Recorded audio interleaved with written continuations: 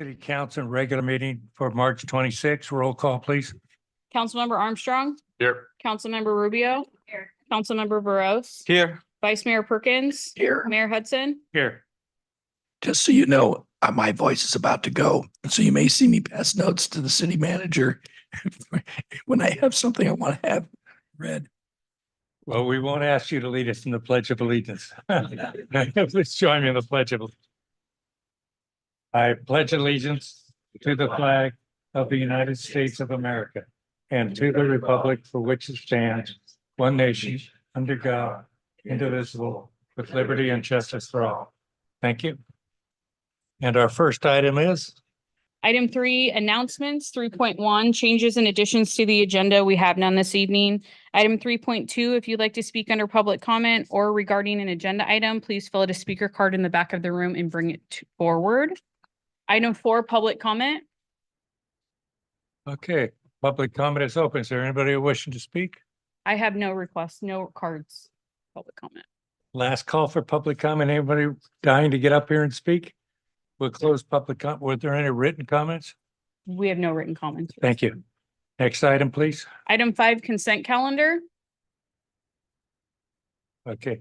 Consent calendar items are generally routine in nature and acted upon with a single action. Does anybody wish to pull an item? Or did we have anybody from the public wish to pull it? I have no requests for this item either. I'm moving to approve the consent Okay, item. we have a motion Rubio and a second from Perkins. All those in favor, Aye. say aye. Opposed, say no. Looks like it's 5 out of 5 yes. Thank you. Item 6, special presentations. 6.1, proclamation declaring March 2024 as American Red Cross Month. Presentation to Andrew Sorley, Red Cross Contra Costa Leadership Council member.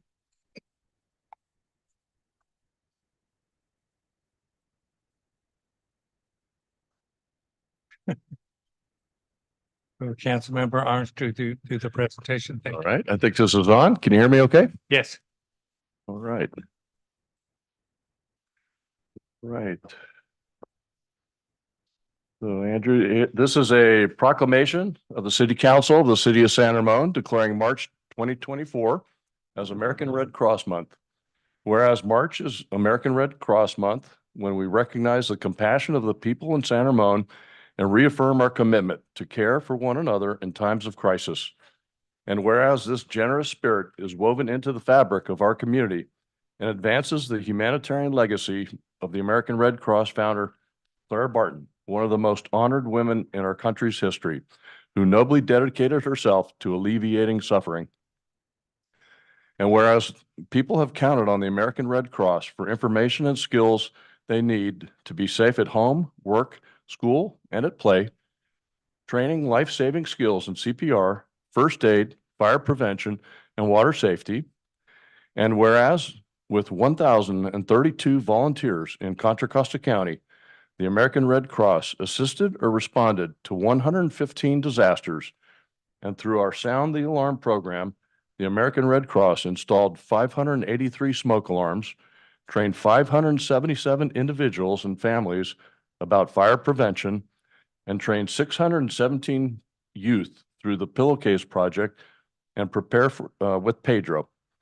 And whereas Contra Costa County residents donated nearly 16,736 units of life-saving blood, hosted 538 blood drives, trained 6,522 citizens in first aid, CPR, and AED, 3,803 in water safety, 756 military members and their families received support and services, and humanitarian aid was provided internationally.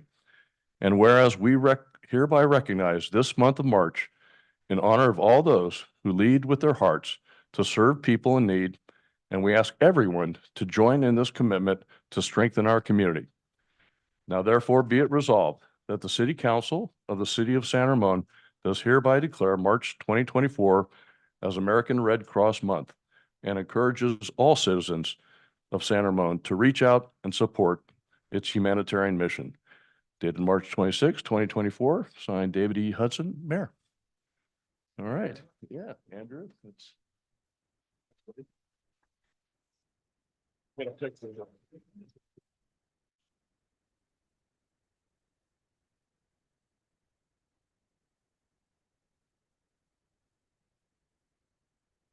Floor is yours. Thank you, Mark. Andrew, have a few words for us?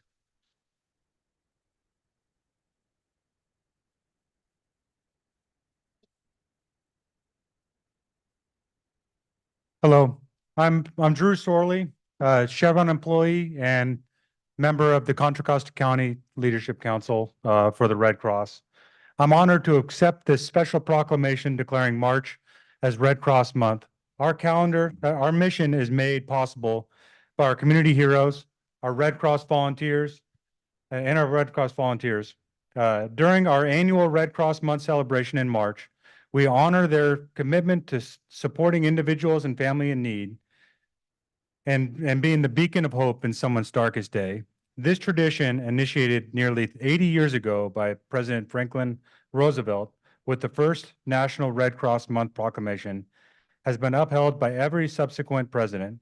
Today, our work is powered by volunteers who constitute 90% of our workforce, along with generous financial and blood donors, community partners, and individuals trained in vital health and safety skills.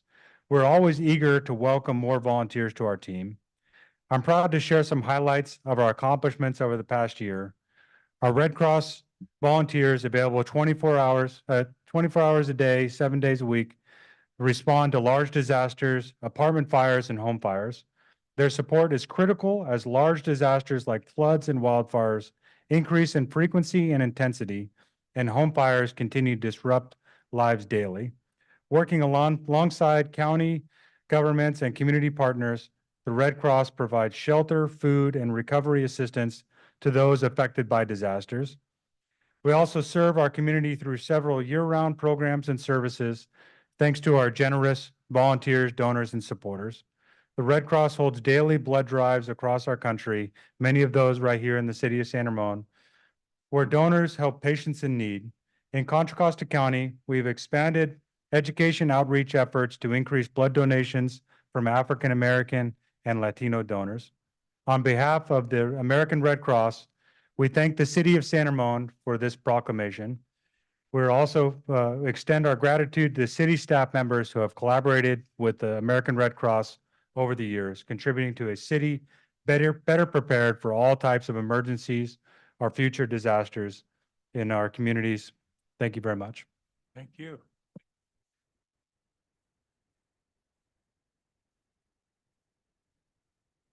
Thank you. Next item, please. Item 6.2, proclamation declaring April 7th through the 13th, 2024 as National Library Week. Introduction by Stephen Cox, Recreation Supervisor. Good evening, Mayor Hudson, council members, members of the public. Thank you for having me here tonight. My name is Steve Cox. I'm the staff liaison to the Library Advisory Committee. We're here to recognize April 7th through April 13th as National Library Week. And with me here tonight to accept the proclamation on behalf of the county, we have San Ramon Senior Library Manager, Dr. Francis Adebola Wilson, and Doherty Station Library Manager, Elaine Pedley. You can please come up. Thank you.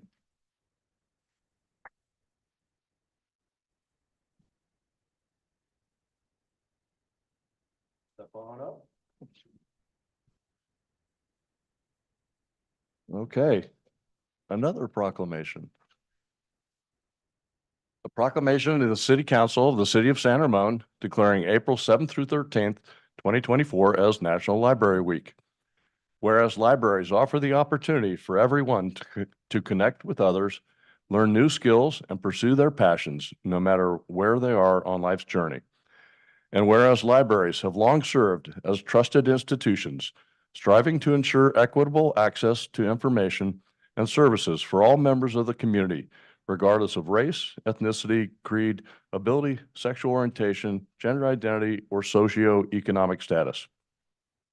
And whereas libraries adapt to the ever-changing needs of their communities, developing and expanding collections, programs, and services that are as diverse as the populations they serve. And whereas libraries are accessible and inclusive places that promote a sense of local connection, advancing understanding, civic engagement, and shared community goals. And whereas libraries play a pivotal role in economic development by providing resources and support for job seekers, entrepreneurs, and small businesses, thus contributing to local prosperity and growth. And whereas libraries make choices that are good for the environment and make sense economically, creating thriving communities for a better tomorrow. And whereas libraries are treasured institutions that preserve our collective heritage and knowledge, safeguarding both physical and digital resources for present and future generations. And whereas libraries are an essential public good and fundamental institutions in democratic societies, working to improve society, protect the right to education and literacy, and promote the free exchange of information and ideas for all. And whereas libraries, librarians, and library workers are joining library supporters and advocates across the nation to celebrate National Library Week, now therefore be it resolved that the City of San Ramon does hereby proclaim April 7th through 13th, 2024 as National Library Week, and encourages all residents to visit their library and celebrate the adventures and opportunities they unlock for us every day. Signed March 26, 2024, Mayor David E. Hudson. All right, and I've got one for each of you here. And I think we're going to get a picture too.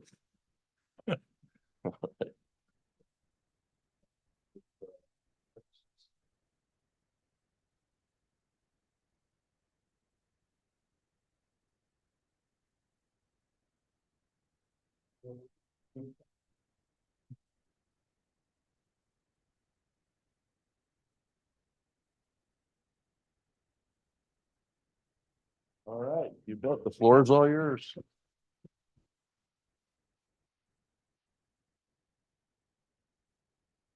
We want to say a very big thank you to the council, city staff, and if I may, Brad and Steve, thank you for your contribution, Library Advisory Committee members, and our customers. National Library Week celebrates libraries and librarians and their contributions to the community, providing literacy, learning, and access to information. And these include events, promotions, and other activities that highlight, our contribution to the society.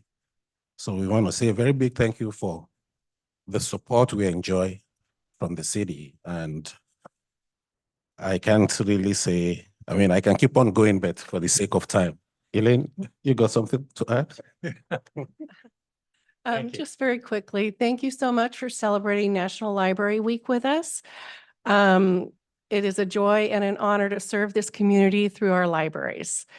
And we are very grateful for the support of the city in promotion of our programs and maintaining the facilities so beautifully, responding to every request we have whenever there's an issue. So the city is just a wonderful support of the libraries, and we appreciate it very much. We appreciate you. Unless I forget, the Library Foundation, we still want to collect our checks. Thank you again. Thank you. Very much.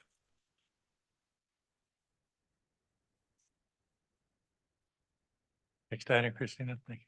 Item 6.3, recognition of San Ramon Government 101 graduates for the spring 2024. And I'll be introducing this item. So I'm very excited to recognize our graduates of the class that just completed, actually ended yesterday, for the spring of 2024. It was our 15th class that the city clerk's office has hosted for Government 101.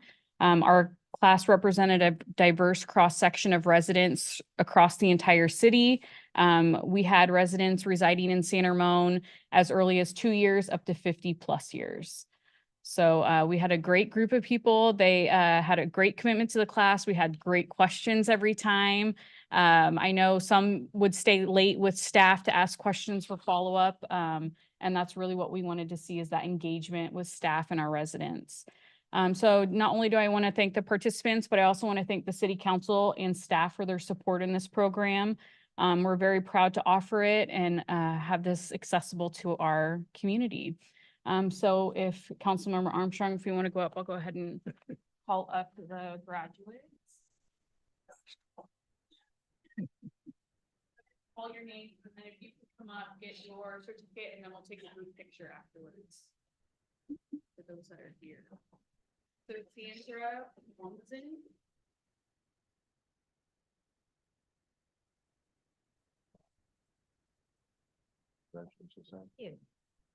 So should I stay here? Yes, Come on. yes, please. Yeah, I'm up. You can either stand this way, Okay. whatever. Rohit Anumula. Robert Bickle. Casey Briggs. Congratulations, Casey. There you go. Eileen Cavastani. Ken Dooley.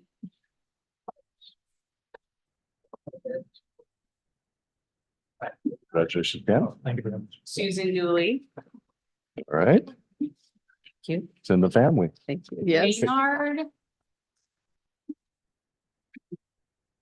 Todd Flavio. Sarah Gow.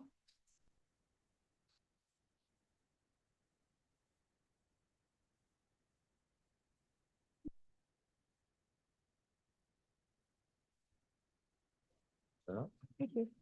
Janet Klein. Line it up on the other side too. All right, Janet, congratulations. Robert Mazer.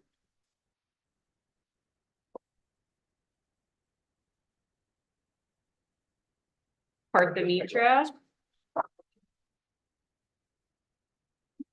Zephyr Roos. Congratulations, Partha. Ramon Weedmer. Congratulations. Doug Wilson. David Woodard. Good. And Wayne Jean Blue. That is some of our graduating class for this spring. Congratulations. What side should? All right, how do you want to do a picture here? Maybe this one, this side, yeah. Yeah, perfect. Do we stay here? Yeah. I'll do- How you doing?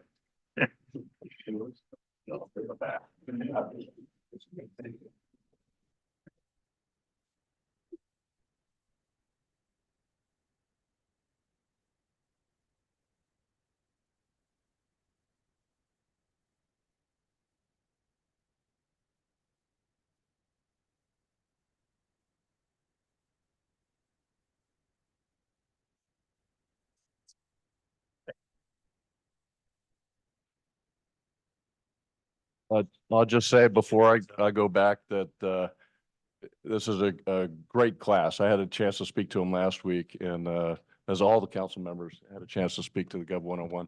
But this course, Gov 101 and some of our other courses like the Planning Academy and the Community Academy, these are great feeder activities to some of our commissions and some of our committees. In fact, some of the people in the class are already on a commission or committees or been applicants for different committees. So it's a great course. So well done and congratulations. Thanks, Mike. Yeah, I highly recommend you try the police academy. I did it. They threw me out. Is there anyone who'd like to do a little speech before you go about the class? We can congratulate. I can say something. Go ahead, Sridhar. Congratulations to all graduates. Thank you very much for taking out your personal time in learning about our local government. A lot of folks, they're mostly interested in federal and what is happening in the federal level. But, you know, the local governance is what really impacts each and every individual within the community. And it is always a best way of doing right thing is learning. And what you did today is you learned something which is very important for our community as well as for yourself. And I'm looking forward for you all to see in future leadership positions within our local government. Thank you once again. Thank you, Marisol. And I think I saw many of you last night. So it's great to see many of you again here tonight to receive your awards, graduation award. Congratulations again. And as just as a reminder again, we do have, as was mentioned, the Police Community Academy. There will be another opportunity to join in the fall, so be on the lookout for that. It starts in August, so be on the lookout for that. And there's also Leadership San Ramon, and that will also start later in the year. So be on the lookout for that as well. Really great programs we have, and you know, just very inspiring to see so many of our community members be engaged and want to learn and want to be hands-on in our community, which is what really makes it such a wonderful city to be part of. Thank you. And I have to correct it. They didn't throw me out.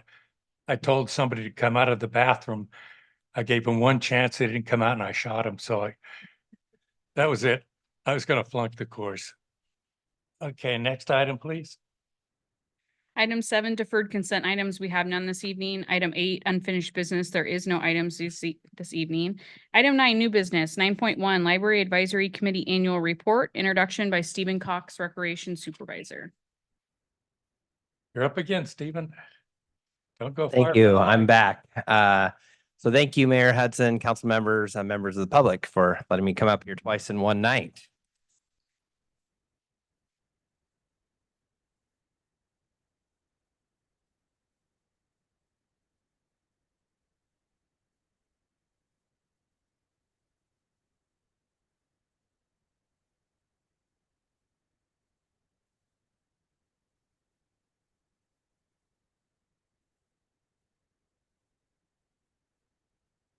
All right, I think we have the presentation ready. As we know, San Ramon loves its libraries, and it's only fitting that we introduce the Library Week proclamation, and we also are now bringing up the Library Annual Report. The City Council adopted a procedure for all city committees whereby each committee would provide an annual report to the City Council on their operations, accomplishments, and work plans. And tonight it is recommended the City Council receive the Library Advisory Committee Annual Report for 2023 and provide feedback to the Library Advisory Committee for the 2024 year. At this point, I'm very happy to introduce the Vice Chair of the Library Advisory Committee, Dinesh Govindario. Dinesh will now introduce and present the Library Advisory 2023 Annual Report.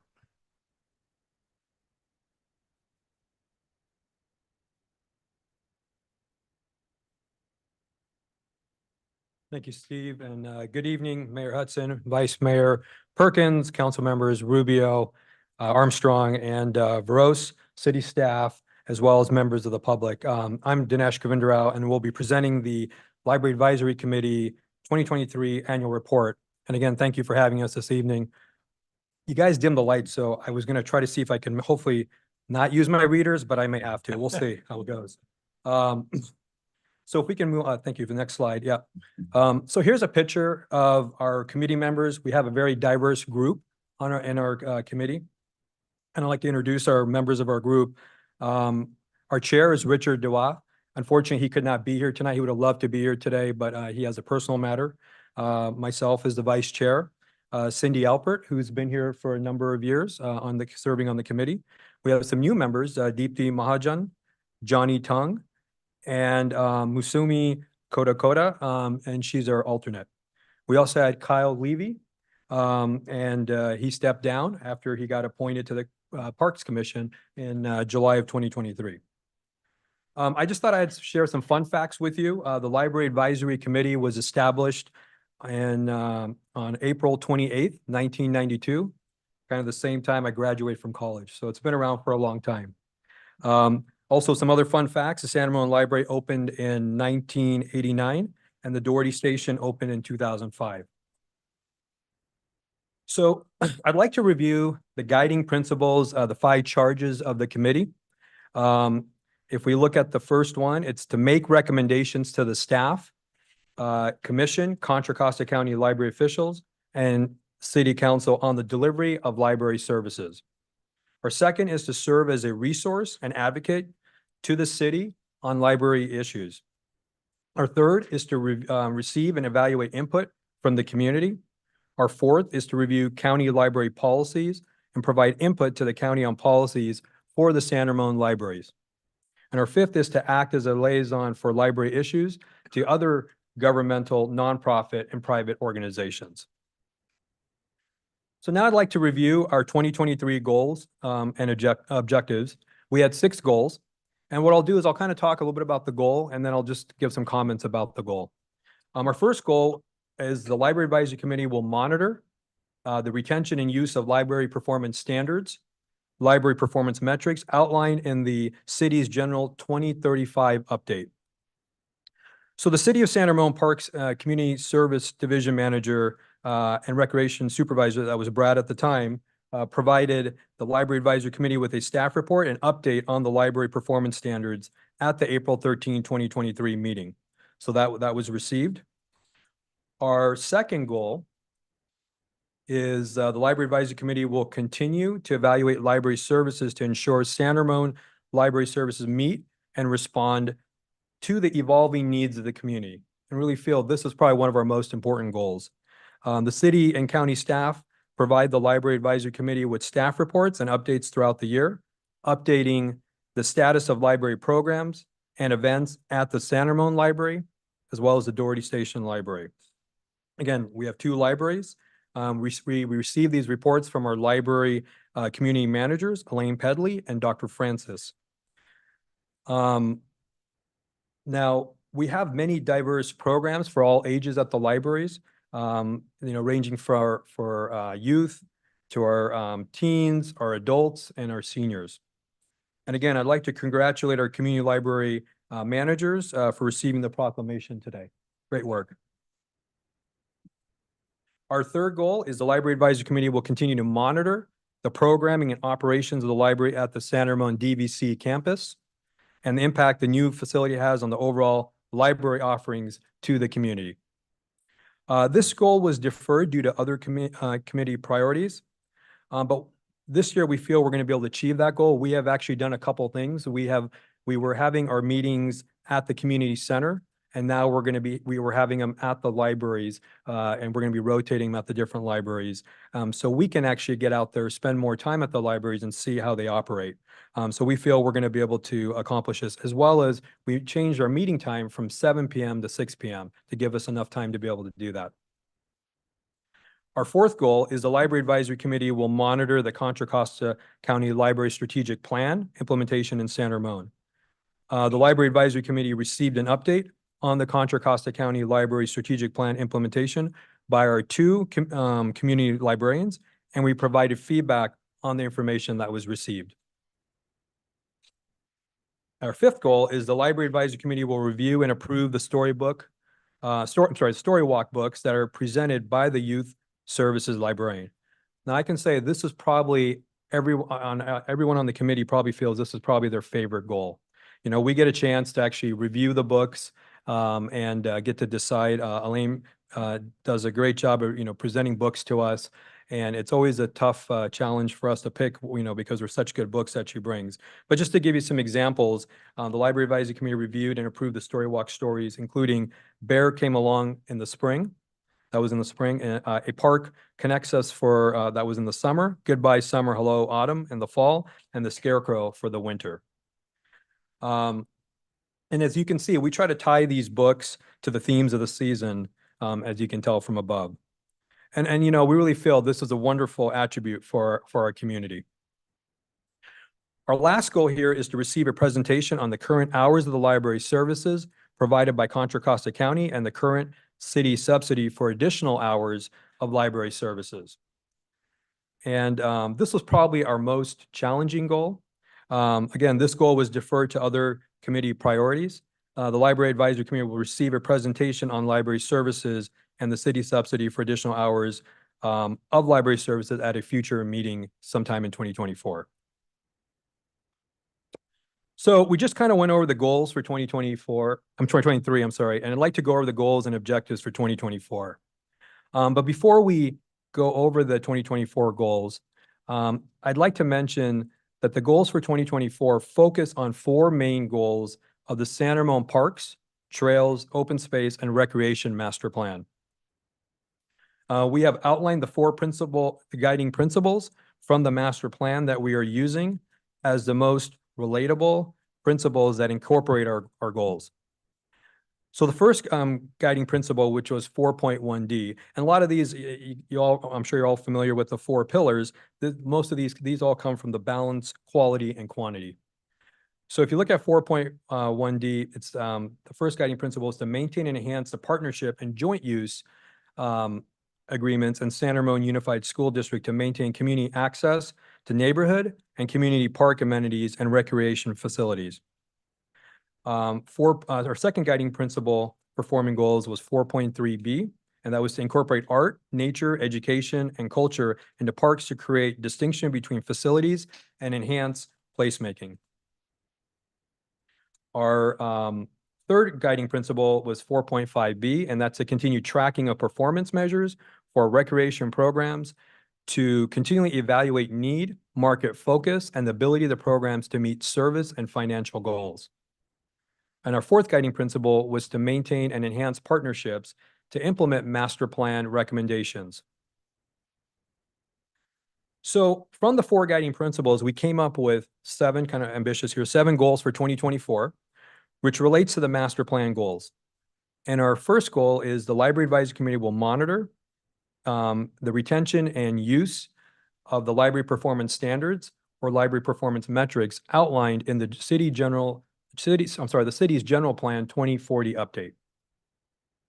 Our second goal is the Library Advisory Committee will continue to evaluate library services to ensure San Ramon's library services meet and respond to the evolving needs of the community. And this information is brought to us by our library managers, so we continually get updated on that. The third goal is the Library Advisory Committee members will continue to monitor library services offered in San Ramon and visit the San Ramon Library, Doherty Station Library, and the Diablo Valley College throughout the year and report back on the findings. And like I mentioned earlier, this is something we feel we're going to be able to meet here in 2024, with moving the meeting earlier and also moving it from the community center into the libraries. Our fourth goal is the Library Advisory Committee will continue to monitor the Contra Costa County Library Strategic Plan implementation in San Ramon. Our fifth goal is the Library Advisory Committee will review and approve the Story Walk books that are presented by the Community Library Manager. Our sixth goal is the Library Advisory Committee will receive a presentation on the current hours of the library services provided by Contra Costa County and the city subsidy required to maintain additional hours of library services in the community. And again, that's something we're planning to do this year. And our last goal is to collaborate with the county and city to explore a process to gather feedback from San Ramon library users on possible service enhancements. And we'd like to hear back from our residents and get feedback from them. And as you can see here, there's a picture of our Story Walk. Again, I feel this is the gem of our of our community. So this comes to the end of my presentation. I'd like to thank you for your time today. I'd like to thank Vice Mayor Perkins for sitting on our Library Advisory Committee and welcome any questions, comments, or ideas. Thank you, Dinesh. Any comments or questions? Marissa, you look like you're getting ready. I just had one really quick question. Are there any funding or supplementary funding opportunities that we can get from the county for the library services? And if so, are you actively monitoring those things? No, that's a great question. And I'm going to see if Steve maybe has any comments on that, but that's something that's absolutely, we should be exploring. And I'm going to come up and I'm going to defer to Brad. He's he has been the staff liaison a little longer than I have. So City manager material there. No, I was just going to say that of course, our county librarians work with the county in regards to the funding that comes from the county. We do get a lot of support, like was mentioned before, from the Library Foundation that helps offset some of those costs and some of those expenses. So those are those are the ones that we look to for assistance and funding. And the Library Foundation gets their funding from? the majority of fundraisers. They have the bookstore that's on site. They have the mega book sales, which is Mhm. constantly going. They just had one last weekend, if I'm not mistaken. That's at the San Ramon Library that utilizes the upstairs space. And then they have their jazz concerts. So those are their three big revenue makers to help offset those costs at the library. Great, right. Well, thank you for answering that. I appreciate Thank it. you. That's it. Thank you, Dinesh. And thank you, Dinesh. Good presentation there. It's good to see, looks like some adjusted or even a new goal for 2024. That's great. As Steve said at the beginning, our residents love our libraries, and that's so true, especially the Story Walk, as you already mentioned.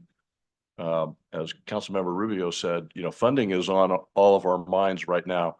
And how do we maintain library services to the extent that we have with the city's contribution and things like that? So it's going to be a challenge going forward, but we're taking a hard look at that and kind of more to follow on the city's contribution, Right. along with the foundation and the county, et cetera. But great job. I'll talk him into selling fireworks. That'll get it. Thank you. Good luck on Thank that you. one. Yeah. Good, Sridhar. Thanks, Dinesh, for presentation. Thanks for congratulations on your achievements for 2023 objectives, and your 2024 objectives looks really great. I have a couple of questions. One is regarding some of the youth when they need some space within the library to conduct their speech debate or any of those events. Is there any way they can contact who's a point of contact so that they can get accessibility to our library services?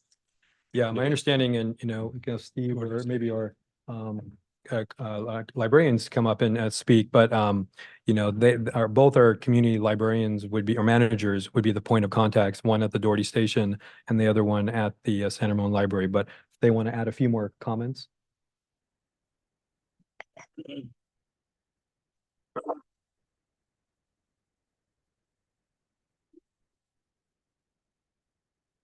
And this is Elaine, so she's the library manager for the Doherty Station Library. And just to kind of reiterate, Sridhar, you're looking at if someone wanted to utilize the library, what's the best way to contact the library or who they might That's contact right. at the library? Yeah, like if they want to run some clubs like chess club, or if they want to run speech debate clubs. So Yes.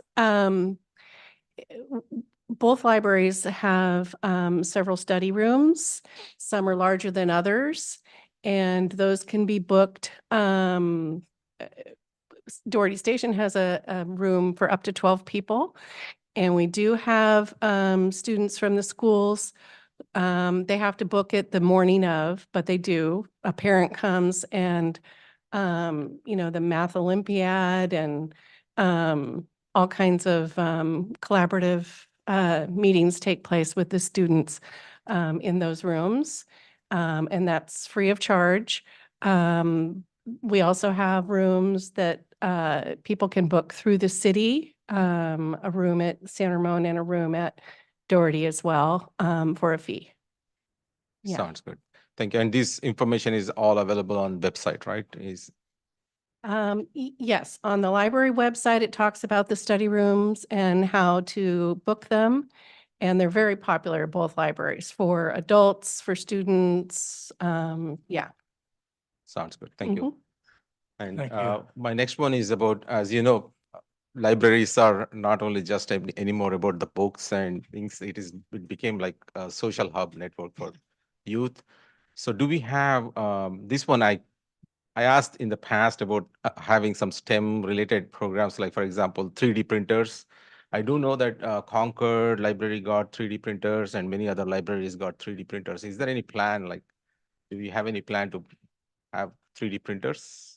That's a great question, Councilmember Brose. And I know that's been something that's been discussed, but I'm gonna see, Sorry, it's a hot potato, so. we got brought up. Yeah, and Francis may be able to expand on it, but in regards to the 3D printer, actually, they were able to get a 3D printer at the San Ramon Library, and that funding was helped through the San Ramon Foundation, Library Foundation, which helped support that to provide that service. And I don't know if you want to. You sure you want to jump in this, Francis? And And community residents, they can book or reserve the slots whenever they want to print something? Correct. Okay, so it's all that information is available on website? Okay, great, thank you. And the third question I have is regarding your presentation. You mentioned about 4.5B, tracking performance. Just curious to know, like, what exactly, what are the measuring benchmarks that you are using to track? Yeah, like any so- tools or? So what we do for tracking, let me pull it up real quickly. I was gonna phone a friend, but I think I can answer this one. Yeah, so what we look at is, for different outcomes, is we look at, for example, look at national standards. And so we look at, like, for example, the seats, per 1,000 residents. So the national standards right now is, like, they say it's 5, you should have, for every 1,000 residents, you should have 5, seats. Then we look at the number of outlets that are available in the library. So that's another thing to look at as well. And the national standard is 2 per every 1,000 residents, and we have 5.11 outlets. If you look at all the 3 libraries combined, so I'm looking at our San Ramon Library, our Doherty Station, as well as our DVC library. And then you also look at the number of meeting rooms, and it should be like 1 per 10,000. And we have close to almost 2, and then we look at the public service hours, and they say it should be roughly about 63 per 1,000. And we're at 79.45. So those are some metrics that we use based on national standards to evaluate this. Excellent. Sounds good. So it looks like we are par at the benchmark, right? So thank you for that. And my next question, actually, you mentioned about DVC, right? So how we are collaborating with DVC library, is that going on good, or do we have any update on that? So that's part of our goal for 2024, is we're going to be assessing that and looking at, the relationship with DVC with our current libraries. So that's something we're going to be assessing this year as a committee. Sounds great. Thank you once again. Thanks to library committee, thanks to staff, thanks to the foundation for all your services for our community. Thank you. Thank you. Thank you, Dinesh. Right. Thanks again for Thank your time today. Next item, please.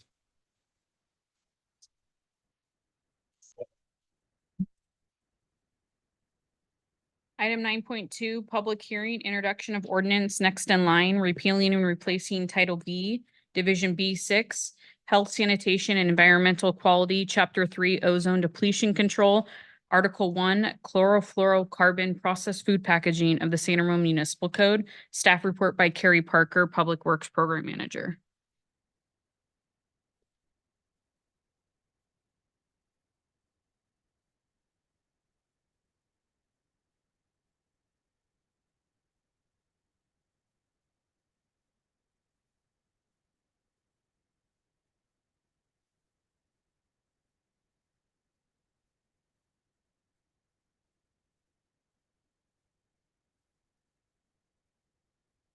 And lower it for the short person. Hello.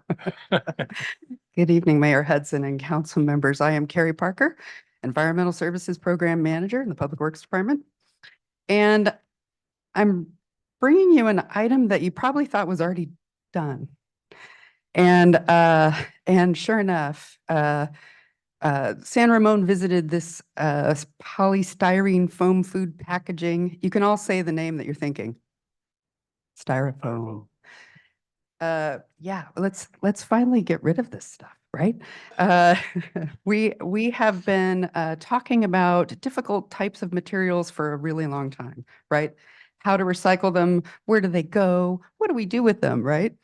This particular material troubles me, both as I am the Environmental Services Program Manager, which means solid waste and stormwater, and it's problematic for both. Right? Once styrofoam breaks, it goes into a million pieces. I don't think you can see it on this presentation, unfortunately, but those are little circles in there like a styrofoam cup or a styrofoam clamshell that breaks. And if you have one of those old beanbag chairs that broke at one point when in your youth, and those little tiny styrofoam balls get everywhere, it's so difficult to clean up. That is a threat to our stormwater that is a threat to the ocean, to our environment, and to the beauty of San Ramon. So I just think while we're discussing whether or not something is reusable or disposable, or should we recycle it, this is a problematic item, and I wanted to address it with you. Okay, so in putting together a presentation, most staff members kind of think about, well, what kind of questions am I going to be asked about this tonight? So I did it for you. Here we go. These are questions that I think. So didn't we already ban a similar sort of foam foodware here in San Ramon? Yeah, yes, we did. We banned the material that is made with CFCs, chlorofluorocarbons, right? And that was back in 1989. That was a long time ago. And I did discover when reading old staff reports that the original staff person thought that they were going to do what I'm doing tonight. But at the time, the council wasn't ready for that sort of ban on a material that was useful, right? Keeps your fingers either free from being too cold or too hot. And so it was like, well, we don't want to put that limit on businesses right now. So we're not going to say we're banning styrofoam outright or polystyrene foam. So instead, said just this very specific substance that is made with chlorofluorocarbons. Well, just that same year, federally, it was mandated that you could not make that material with chlorofluorocarbons. So our ordinance meant nothing almost immediately. So here we are. So that was 35 years ago. And why are we talking about this tonight? So yes, we were too specific in mentioning those CFCs. Foamed foodware hasn't been made with those for a long time. So is it safer without those? Sure, yes. It's not creating the same ozone depleting harm. However, as I just mentioned, once it bursts apart, it creates a stormwater menace, really, when it comes right down to it, because those tiny pieces look like eggs and food to wildlife. So it's something that we just cannot abide any longer. So, but I read that this material was recyclable. How can we recycle it? Well, we can't put it in our blue curbside carts because it'll break in there and it can't be recycled at the sort line at all. Also, the recyclable, let's see, styrofoam that can be recycled must be in big block format and must be completely clean and must be taken right to the place that means to make it into something else. And that is not affordable in our current system. But what about SB 54? And I think if you look closely, the SB 54 was recently passed, let me see, what year is this? 2022. The Plastic Pollution Prevention and Packaging Producer Responsibility Act, say that three times fast, was enacted. And it requires a bunch of things about all sorts of materials that you and I use every day. But it's going to require that packaging and plastic packaging and foodware is cut by 25%. And a minimum 65% recycling rate of the plastics that are okay to use. And that 100% of single-use packaging and foodware is truly recyclable or compostable. And that means in our blue carts, right? So we're going to have to get folks like ACI or the commodities that they build and sell to other people to agree that yes, it is recyclable, or yes, it is compostable, or we cannot use it anymore. So you can see that SB 54 is going to have a steep curve on this sort of thing. And currently, styrofoam is recycled at 1%. And it's going to be required to be recycled at a 65% rate. So that will naturally ban itself in 2026 statewide. However, I think San Ramon is better than this. We have committed to create together a trash-free San Ramon. And that means by reducing all sorts of difficult, by personally reducing difficult to recycle or compost items, right? Have things be more reusable. And also to create policy that enables that sort of practice. So tonight is an important step. I included with my staff report a little flyer, and I've cut it up here just so that you could see. This is really just the other options for businesses that are still using styrofoam, and there are a few here in San Ramon, that they use truly compostable fiber options. And I mean that papery stuff that we see, right? They're usually those brown folding boxes, and readily recyclable items, right? Things that can be recycled, like metal trays, like tinfoil, like aluminum cans, right? And I put a jar with a straw there just to illustrate that. But really, we are trying to move towards a reusable reality. And I urge all of you and anyone who's listening to me to practice, if you don't already, to use reusable dishware wherever you possibly can. I mean, I get it. Sometimes it's nice to get a latte in a Starbucks cup from your coworker, but it's better to get that coffee in a reusable cup if you can. And that, on that note, I want to make a recommendation that you receive the staff report. Do I get to read this? Yeah. Receive the staff report, introduce the ordinance next in line, waive the reading and read by title only, open the public hearing. Do I do this now or later? Yeah. Oh, council reads it? Okay, never mind. I will let you guys do that. And I'm ready for any questions. Questions before we open public? No? Seeing no questions? Okay, we need a motion to open the public hearing or just open it? I move the motion. Yeah, I'll second. Oh, Scott already. Got already. Any further discussion? Before there's a motion, do we need to introduce the title? Do you want the council to make that motion? No, can you read it? Want me to read the title? You can do it all in one motion. Thank you. Okay. Scott can't read it. You want me to Scott read it? can't read. Scott's speechless. Scott? Okay, Councilmember Perkins moves to repeal and replace Title B, Division B6, Chapter 3, Article 1 of the San Ramon Municipal Code and set the ordinance for adoption on April 9th, 2024. What she said, okay, Thank you. thank you. Just to clarify, we're not yet to that point. We're just opening the public hearing and waiving the first reading. Okay. Right. Okay, got that correction? Yes. And we'll end the vote. Is there anybody?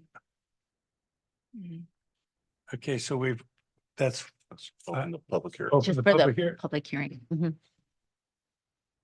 Okay, got any cards? I have no request to speak on this item Well, that was good. and I have no written comment. Nobody else want to speak on this? No one. Okay, we'll close the public hearing then. Oh, wait a minute, can I get a motion to close the public hearing? I'll move to close the public hearing.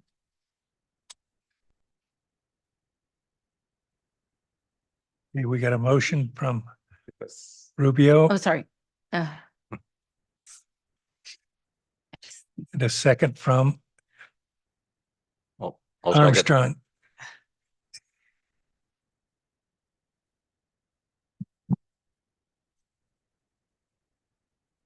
Everybody. Okay, the public hearing's closed. Where do you want to go from here? Do we have to Well, have a discussion or? yeah, it's- can we- Or set the date?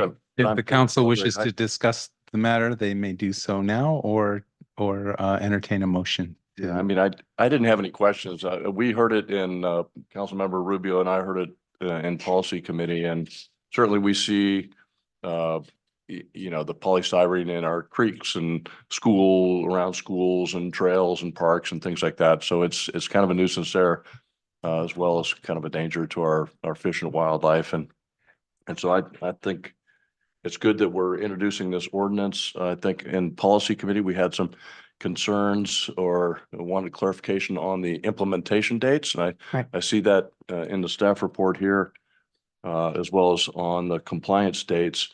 And one of the other concerns that we had was on the potential impact of this ordinance change on our small businesses. And in particular, those who are operating on like a razor thin margin of, of expenses. As they And some all of are. those small businesses, these Mhm. food vendors and small restaurants may have a significant stockpile of this type of, clamshell type foodware and cups and things like that that they need to deplete. So, but it looks like the timeline that's proposed will accommodate that. But I look forward to if there's any future discussion the next time we meet on this. But I have no other comments. I have a question regarding how we are going to communicate this with our small business, because as Councilmember Armstrong mentioned, that's definitely going to impact small businesses. Yes, I understand that. It is cheaper. That is the big thing. However, there are, as opposed to 1989, there are a lot of other options on the market now that business owners can go to, and they have some time to kind of consider that. And I am also going to make myself available for technical assistance in that shift. Some of our favorite places here in San Ramon do have styrofoam, and I've just noticed that here and there, but I've already started talking to business owners, and they say, yeah, what should I get? So it's great. I think that people were more open to it than I thought would be true. But yes, we will consider any application of hardship. But I think it would really need to be communicated. Well, but you have these other options that you could get from your same distributor, and it should be. We'll see. We'll work with everybody one-on-one. I don't expect that much issue, but we will address that. Sounds good. As long as we can bring the awareness within the community right. through our social media, next door, whatever the means. So let's make sure Absolutely. we share this information. So I would people say don't get anybody, surprised. I'm sorry, go ahead. Go ahead. Yeah, Anyone that has a question about that should have been with me when I got a phone call about Staples when they were tearing it down to build the Costco gas station. Hmm. The wind was blowing like crazy that day, and there was styrofoam all on the inside. Now it's all in the river or creek or somewhere else, just blowing everywhere. You just can't control this stuff when it breaks up. Yeah. Right. I think it, in terms of the small businesses, it's good to hear that you've already communicated with some of them Mhm. and that they're kind of leaning forward towards executing this change. But I mean, polystyrene was like to me is, from what I understand, the cheapest option for those small businesses. Then you get into the, plastics and recyclables. That's probably the next most expensive. And then you get into things like the compostable, which is not as cheap as you might think it would be. That's pretty Right. expensive too. But as you mentioned, obviously the best is to do the kind of the reusable dishware and that sort of thing. And hopefully more of these small businesses will kind of move in that direction too. Yes, we are doing a bunch of outreach to our commercial businesses that are food vendors in all sorts of ways for SB 1383 and other things like that. We're going to use that same list to do the outreach regarding this material and offer options. I think that compostable, we do hope that they find things that are compostable or reusable, but the trash-free, compostable or recyclable, but the trash-free San Ramon program is definitely encouraging our residents and anyone who visits San Ramon to actually sit in the restaurant and enjoy the restaurant and enjoy the food and enjoy your experience more. There's more of a cultural shift. We are beginning to have a regional trash-free influence in that you should see here maybe on the radio a trash-free Bay Area push, and it's still more of the same education to go towards reusable and shift away from single use. So thank you. I just want to say thank you to our staff, to you and our staff for taking into consideration, obviously, the concerns we had about those smaller business who may find it a little bit more challenging to make that transition and just building in some flexibility for them as they make that transition. And it's great, like as was mentioned, very glad to hear that they're motivated themselves to make that move as well. Thank you. Can you just set the date? for when? So I'll make a motion to set the ordinance for adoption on April 9th, 2024. There's no stopping I second Marisol that. tonight. Sorry.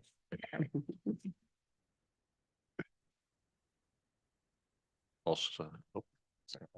Scott got it. Scott beat me too. Good. Can't talk, but. Okay, we'll see you on April 23rd. He became fast with fingers. All right. It's a competitive Thanks group. very much. Thank you, Karen. Thanks, Karen. Next item, please.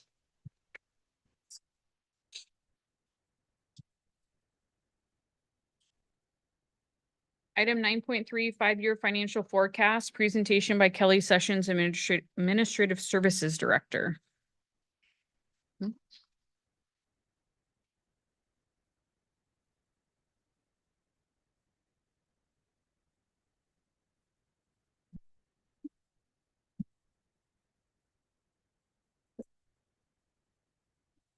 You want to get a motion, you could have to pass his fingers on it.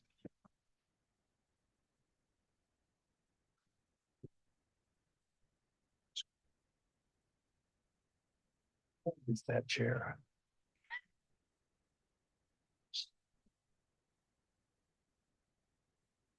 Okay, good evening, Mayor and members of Morning. council. It's good to be back again. We're going to present to you tonight the 5-year financial forecast. And but before I do that, I wanted to just give a shout out, a thank you to all the people that made this happen, the departments in particular. Each department is responsible for doing all their own inputs and their own projection for throughout the 5-year forecast. And that's a heavy lift. It's a lot of work. And then the finance team with Finance Division Manager Candace Daniels and Program Manager Vivian Gong, they compile and analyze everything and put it together in a nice package. So too many times I've forgotten to do that, and I wanted to throw that out there at the beginning so I wouldn't forget this time.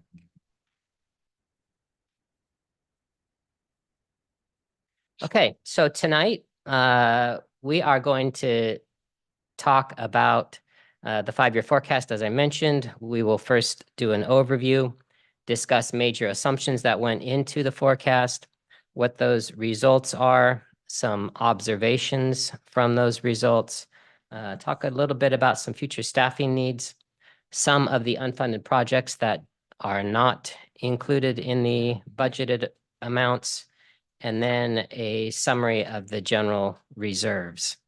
And lastly, a conclusion.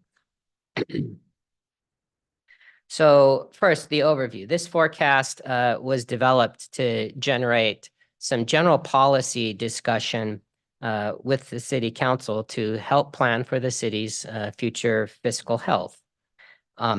These next 2 bullets are important. The forecast is trend-based to provide general direction, not surgical precision. So we're just looking, is the arrow pointing up? Is the arrow pointing down? Which direction are we headed? And secondly, this forecast is a reflection of general need.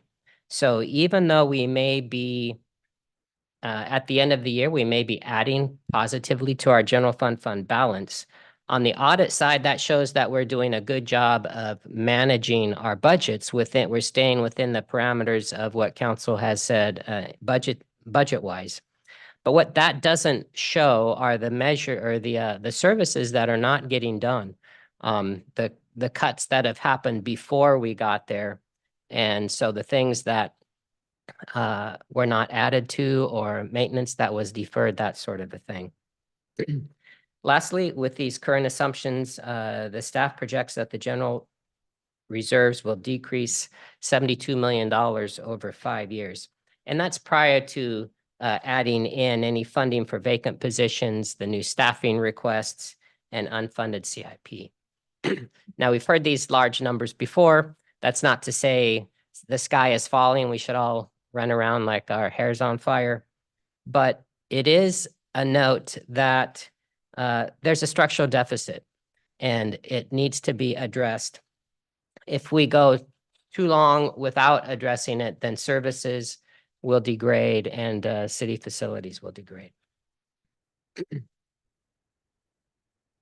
Kelly, put that number closer to like 44 million last year. I'm trying to remember what the number was. I Oh. don't think it was that big, but it was still a pretty big number.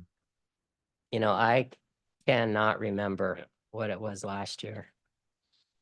But we can get that number for you. Okay, so the overview, we did a year-end estimate for the remainder of the current fiscal year and then projected 5 years out beyond that. And the purpose, again, of this is to project the multi-year financial condition of the city, to identify the issues that would help us right the ship and stay in a positive direction, and also to assist in planning and to assist council in particular in planning and developing the budget for next fiscal year. So you can have a good idea as to what direction we're heading. So how did we do this forecast? Here's where we started. We started with the 23-24 mid-year estimates and the 22-23 audited reserve balances. We used our current budget requests that came in from the departments for 24-25. And from there, we compared those to estimated expenditures for 23-24, and then built that projection, that timeline out through years 2 through 5 of the projection. And then lastly, we identified a number of assumptions to use in preparing the forecast. And with the assumptions, that's really where the rubber hits the road. That's the all important thing, is to know what is going into the formula, those factors that multiply things and make the numbers grow throughout the years, what those things are and how they're built in. So the major assumptions that we used in this projection, and you'll see as we go down here, there's some very steep inflationary factors that are adding up. Salary increases, actually this piece is pretty conservative. It is very conservative, 4% for both miscellaneous and safety. That is very conservative in terms of the salary increases.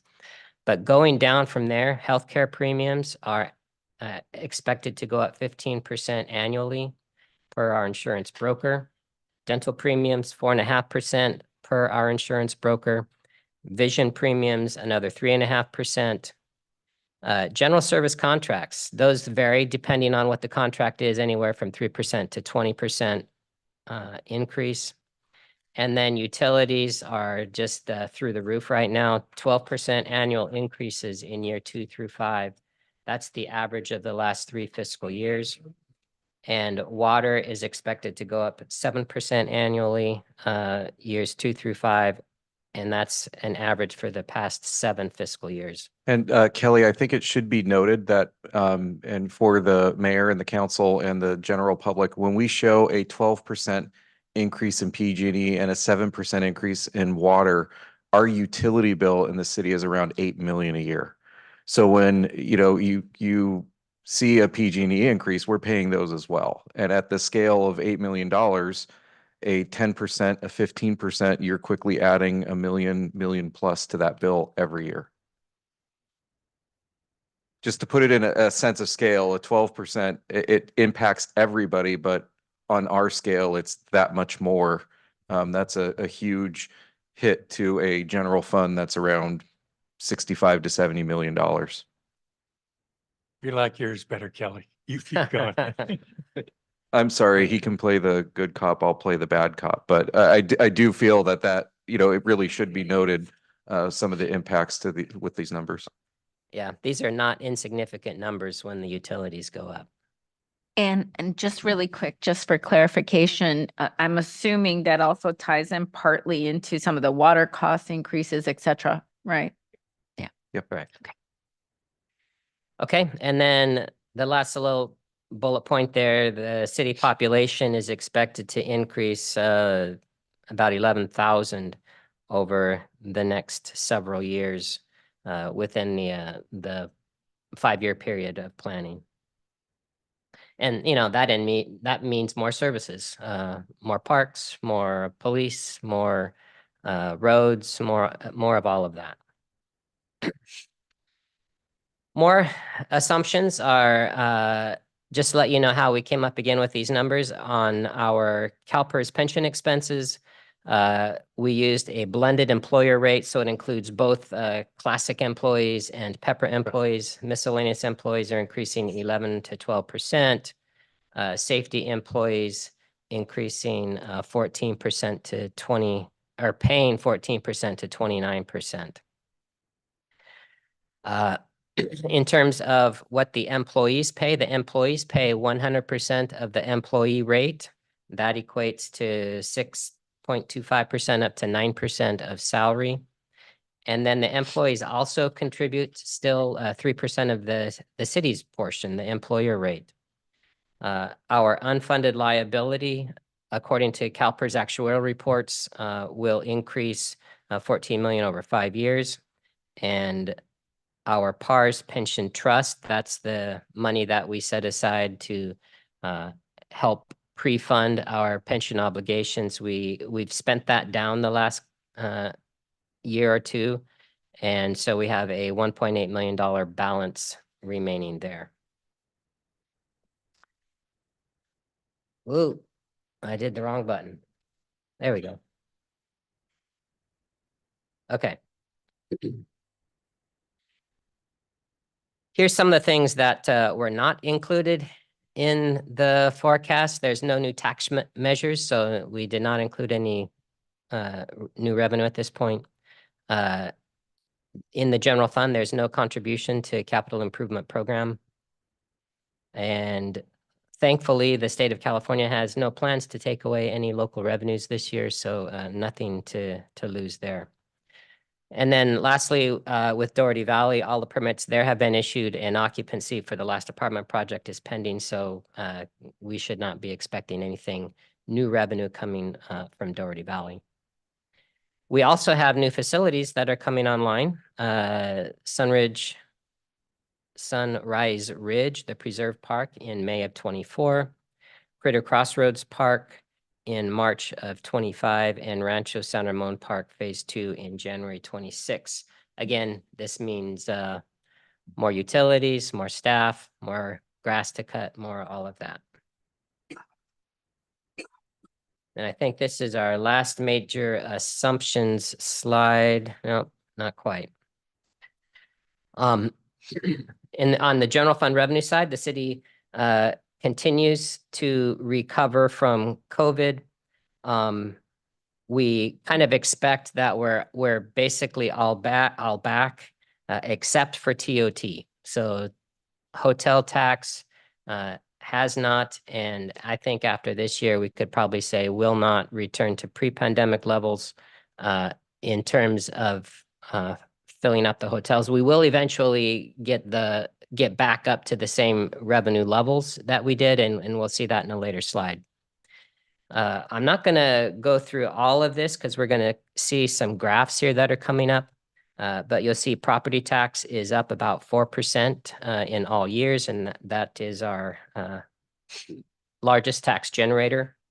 Sales tax is down in the current fiscal year. That's coming from our consultant, Hinderleiter Delamas, a decrease of 8.7% in the current fiscal year.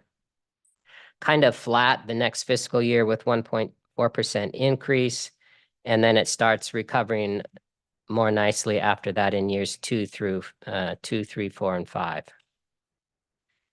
And then again, the transient occupancy tax or hotel tax, we are projecting an increase of 4.6% in the current fiscal year. And then another increase of 4.5%. You'll see on the slide that there's a big jump 26%. And so that will be a nice little bump. We'll get into that in a minute. Property transfer tax increasing 39.4%. That's a huge number. Unfortunately, the revenue is not a huge amount. It's a small base, so it it grows, but not a huge amount. So last fiscal year, we brought in 709,000 in property transfer tax. In the current fiscal year, we're projected at 1.3. After this year, it brought the projection drops back down to $1 million in next fiscal year 25. Franchise fees, projecting a 1.4% increase in fiscal year 24, and then 2 to 3% throughout the remainder of the forecast. Transfers in, this includes CFD revenue for applicable developments within the district, and transfers out. You'll see $1.5 million annual transfer to the infrastructure maintenance fund. We were able to include that. $100,000 to the insurance liability fund. Also, continue to backfill Doherty Valley CSA. And lastly, funding debt service payments. We are able to fund our debt service payments for the pension obligation bonds and the 2019 certificate of participation to fund our building projects. So what are the results? The 5-year forecast shows general fund expenditures exceeding revenues throughout the forecast.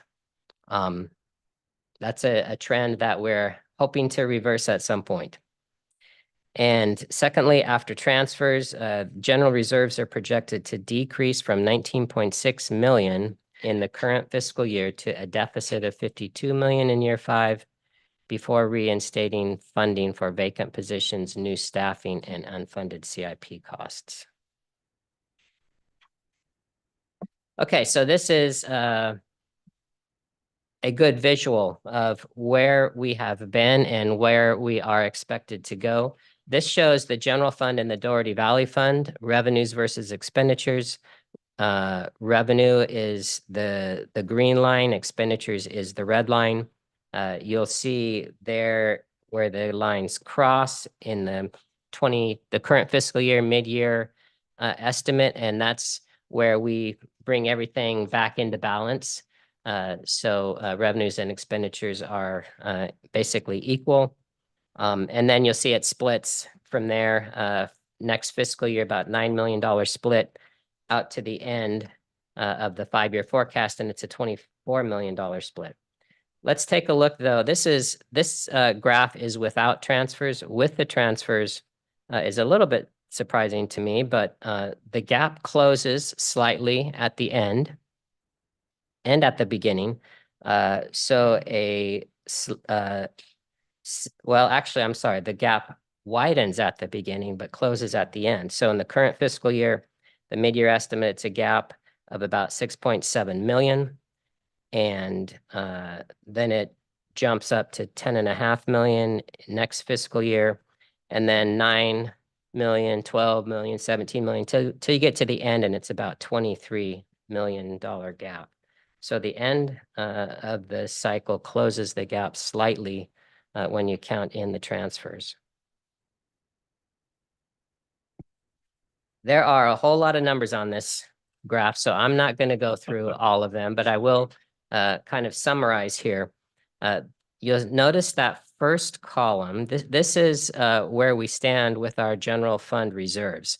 So the first column represents the mid-year, current fiscal year, and the next column is department requests for following fiscal year 24-25, and then years 2, 3, 4, and 5 after that.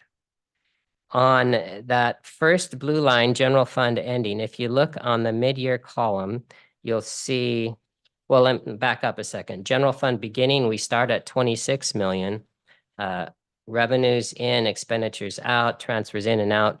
We end up the general fund ending in the mid-year at 20 million. So that's a decrease of 6 million from where we started. And then you take into account Doherty Valley on top of that, revenues of 21 and expenditures of 24. So that adds or it decreases from fund balance by another 3 million. And then net transfers in adds back another 2 million. So you end up overall with a reserve balance of 19.6 million.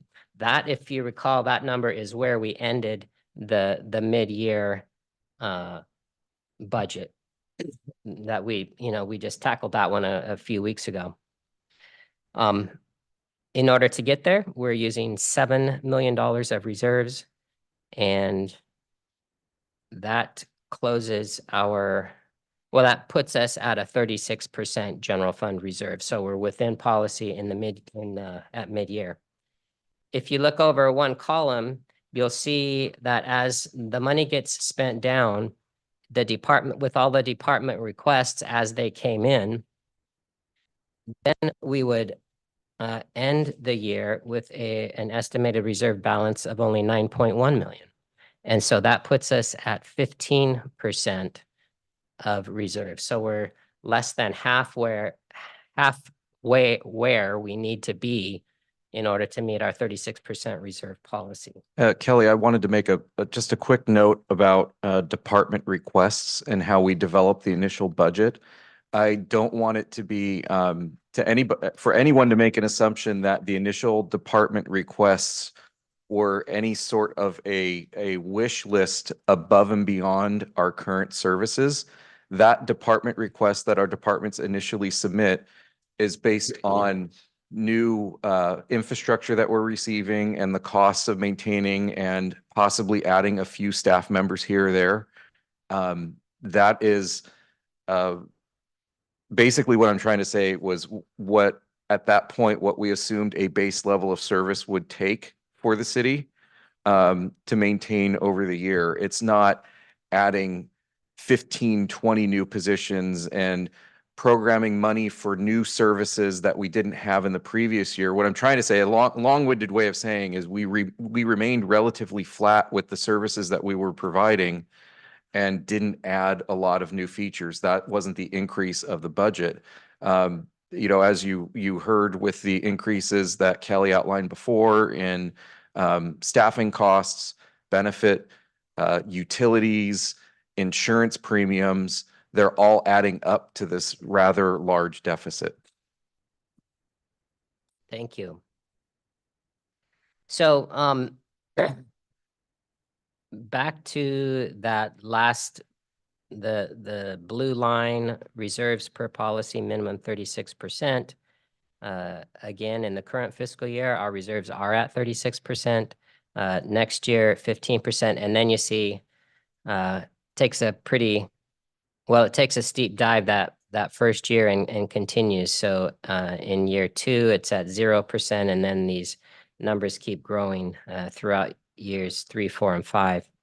And then the very last line on there, amount over under policy. So that number there represents actually what the percentage is above where it says reserves per policy. So at 36% in the mid-year, we are over our policy by $100,000. So we're right there. In year 2, at 15%, we're now short 13.4 million. So we've got to either cut 13.4 million or add 13.4 million in revenue, or both, of course.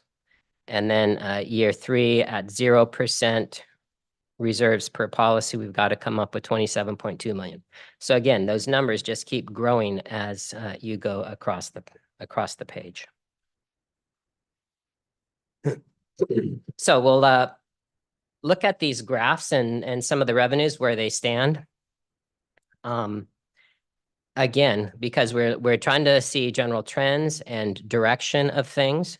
So on property tax, our top revenue generator for the city, very nice, steady and consistent line of growth. It's about anywhere from 4.0% up to 4.8% throughout the the life of the forecast.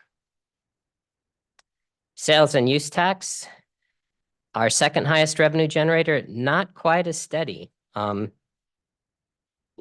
Clearly there's bumps and decreases here and there.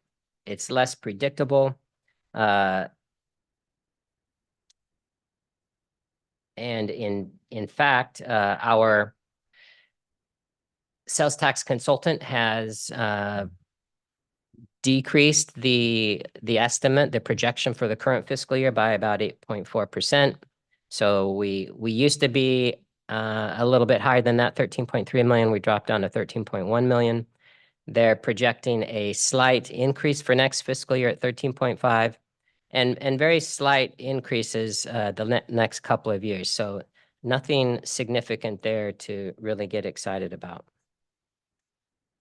Does that take into account our growth in population?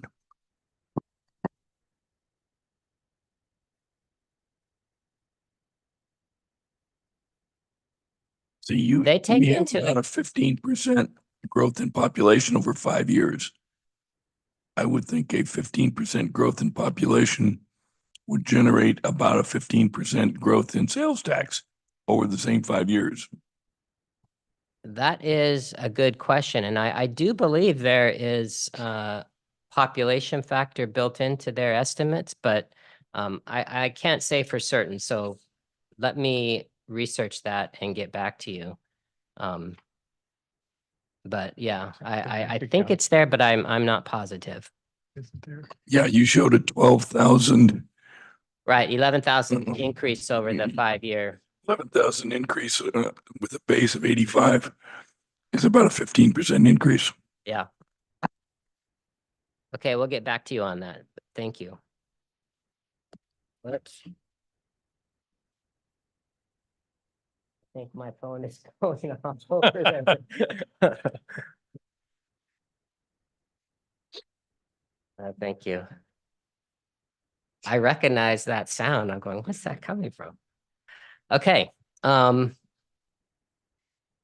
So we are looking at transient occupancy taxes. This one is just all over the board, up and down. Particularly, you can see 2019, that first year was partial shutdown from COVID, 21, full shutdown, and very long, slow recovery. There is a good bump in fiscal year 26, and we are expected to have a new hotel or hotels, I think a new hotel coming on board in 26. And so that's a 26% projected jump in revenue. And as I mentioned, we would eventually get back to what our pre-COVID levels were, but it's taking a very long time. So 2019, we had 3.4 million in TOT, and it takes us 10 years. So back to fiscal year 29 to regain all of that lost revenue. Franchise fees, fairly steady growth, and it's anywhere from 2.1% to 3.6% throughout the life of the forecast. And so good and solid there, as long as it doesn't get overturned by that court case that I think we've discussed before. We will keep watching that. Licenses and permits, very dependent, heavily dependent on building and construction and development, how the economy is doing. You'll see that we hit a nice high of 3.8 million in the mid-year estimate. And then from there, it's pretty flat. It's basically flat for the next 5 years. Actually, we talked about licenses and permits this afternoon at our workshop. So we do have an opportunity to kind of raise the entire base of licenses and permits revenue up. Same thing with charges for service. Clearly, you can see the COVID year, it's up and down. Also dependent on the economy and development. And again, we discussed user fees today in our workshop. So there is an opportunity to increase this base as we go forward. So Kelly, Yes. the models that are used to generate these graphs and information, right? So do they take any measure to say, to show that what is the impact of the COVID? That, because what I'm thinking is maybe the models that they're using, if it is blindly going with the data, then maybe it is not able to consider the impact of the COVID. In what way? I guess I'm Like, for example, if we are seeing like 5.9, 6.06, so we are seeing like a very small increments here, while we are seeing a huge like 12% increase in PG&E, 8% in all those things, right? Mhm. So before COVID, the growth rate, and then when we hit with the COVID, if the models are not adjusting based on the COVID data, then they'll be doing all wrong models for us, right? So if I follow what you're saying, we don't go when we're doing the forecast, we don't really go back into the COVID years. We don't go back that far generally. Just because the numbers from COVID and pre-COVID and even just coming out of COVID, they weren't stable enough. You know, you just couldn't really rely on them. So based on what data you're forecasting these 5 years then? Yeah. On what data? Like, is it like Oh, last on year what data, data? this year data, or last 5 years data? What data we are using to use these models? Well, the forecast is based on recent actuals. So I think we go back to that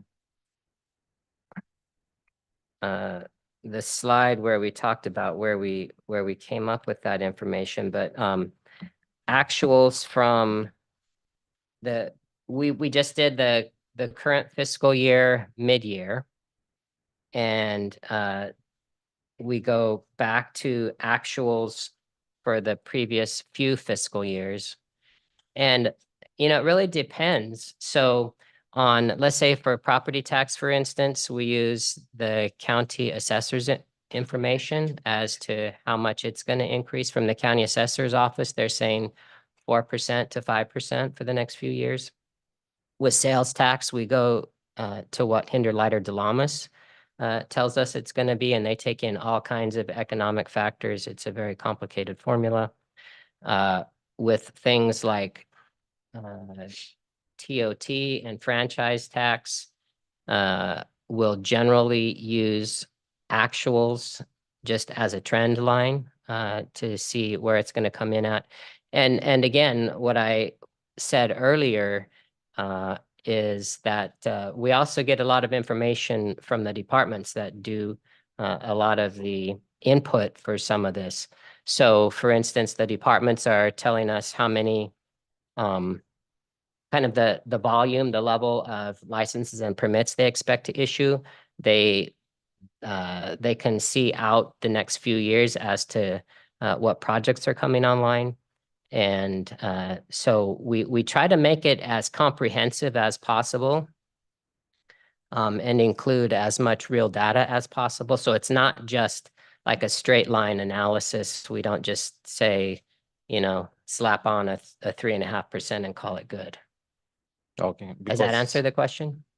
Yeah, but I mean, I didn't get the real answer. Like, what data do we use for modeling this one? Like last year or this year or just last 5 years? How we model this one? Because for me, last 2 to 3 years, that COVID impact, right? That data may be not the same thing that may be happening for us in the next 5 years, right?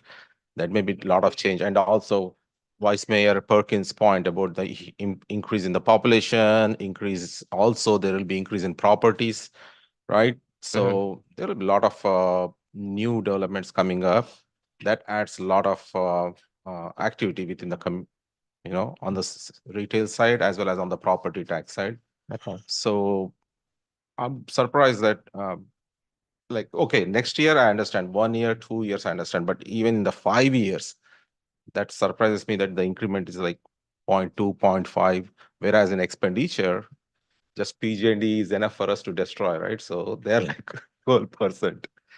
Yeah, so I think the answer, what I was trying to say is, the modeling depends on the revenue itself. So whichever type of revenue it is, we're going to kind of customize the model based on the revenue, and the information that we can get on that. Whatever, as scientific as we can make it. One thing I did neglect to say at the outset is that with these types of forecasts, we are green eye shade type of people, so we're going to be very conservative when we're making these forecasts. We don't want to go too crazy and make forecasts based on things that we can't really prove or justify, I should say. So we try to build in the assumptions as solid as we can, and then do a model that is consistent throughout the forecast. But I think it would be safe to add that any abnormalities that we've seen in the past due to COVID are no longer affecting our forecast. This is truly a forecast. So it's what we know this year projected out, and whatever happened with COVID has happened. And I think our assumptions in here pretty much state that we're not expecting any changes in the market, any more stabilizations because of what happened with COVID in the past. So what Kelly was mentioning, for instance, for charges for services, we do take a deep dive into, okay, what did we experience this year versus what do we know coming up over, fees for building. If we know a large building development's coming in a certain year, we'll put that in the forecast and spike. So for each of these categories, it is customized depending on what data we have. The one, sales tax, we're always very conservative. It's what did we collect this year, and then using our consultants to analyze the market trends, and then you kind of project for future years. I think with TOT, that one may have been the last fund that COVID affected, where we were hoping that it would get back to the 4 million mark or around that. But now we're seeing this new trend. So we're going to keep it flat at the 2.5 million mark to not project that 4 million and give this false sense of that it's going to come back. So each fund is unique, and the forecast is just that. We are looking forward. We're not looking back at many of the COVID impacts anymore because, quite frankly, I think it's over and we're pretty stabilized. Okay, that's at least we are not using the worst situations to forecast this, right? So it's not the worst, but it's not, as Kelly mentioned, it's not super rosy. We don't want to be too optimistic and create a shortfall by thinking that, the economy is going to take off and, we're going to have a huge increase in our sales tax. It's what we know to the best of our ability. So it's kind of that happy medium between being completely doom and gloom with some of these forecasts and too rosy. It's what we think we know at this point in time to the best of our ability with the data that we have. Okay. One more question regarding this one. So when we are talking about additional resources and all that, are we adding a data point about using more technology as part of this? That's very interesting question. Hard to quantify. We are always looking for new technologies to implement to make us more efficient with what we have. But I can say in the case of San Ramon, that usually relates to your number of employees and providing services. We have a very low number of full-time equivalents, so number of employees for the city of our size. And we are constantly, we mentioned in our previous meeting, what's this Bluebeam software? Well, that's an efficiency right there because we're eliminating paperwork and, Yeah, so we always look at the efficiencies through technology. It's just hard to put a number to that. Really, the savings that you would realize is I don't have to hire somebody to do this. We can either have somebody do it more efficiently with technology or, you know, some other means. I don't know if that would make a big difference in our numbers. Yeah, I think city manager said it well. If, for instance, we had a vendor that was able to introduce technology that reduced price would be reflected in the contract. And one other thing I wanted to mention as well is as the inflationary pressures increase the cost of utilities and gasoline and all those other things we mentioned, on some of those, like you go to the store to buy yourself a new suit or something, if that new suit costs more money, then that increase will be reflected in what comes back to the city. So even as the costs of things go up, although the increment from year to year may not you may not see that huge jump when your suit increases 20%. Yeah, But it is reflected in what comes back to the city based yeah, on higher that's costs. what, when you're right? paying for your suit, you're also charging for that suit, right? Right. So, but one more thing is about not trying to get to the solutions at this point, but on the PG&E utility, especially for PG&E, did we do analysis like if we move into some sustainable energy production, is that helps us by any chance? Yeah, I know staff has looked into, I think you'd be referring to mostly solar, installing solar. I know we've, you know, through the years, we've replaced all of our street lamps with LEDs, the lights above you, LED, you know, making sure we have energy efficient buildings. We've researched many options for making things more efficient, and we continue to do so. Yeah, it's just hard to deal with double-digit percentage increases with the utility rates. But yeah, we do look at every opportunity for what we can shave off of those bills. Sounds good, yeah. 12% is not sustainable. It's like going to kill us. And it's the trouble with the budget. It's not just any one item that we can point to and say that's the cause. It's multiple, and I wouldn't say minor, but there's multiple significant items that are all building up together and causing this large shortfall. Sounds good. Thank you. Okay, should we move on? Okay, let's talk about general fund expenditures here for a minute and why the general fund expenditures are increasing. First of all, we're talking about inflationary pressures on wages and benefits. There are current and future staffing needs, expanding service contracts for Doherty Valley, inflationary pressures just on service contracts generally.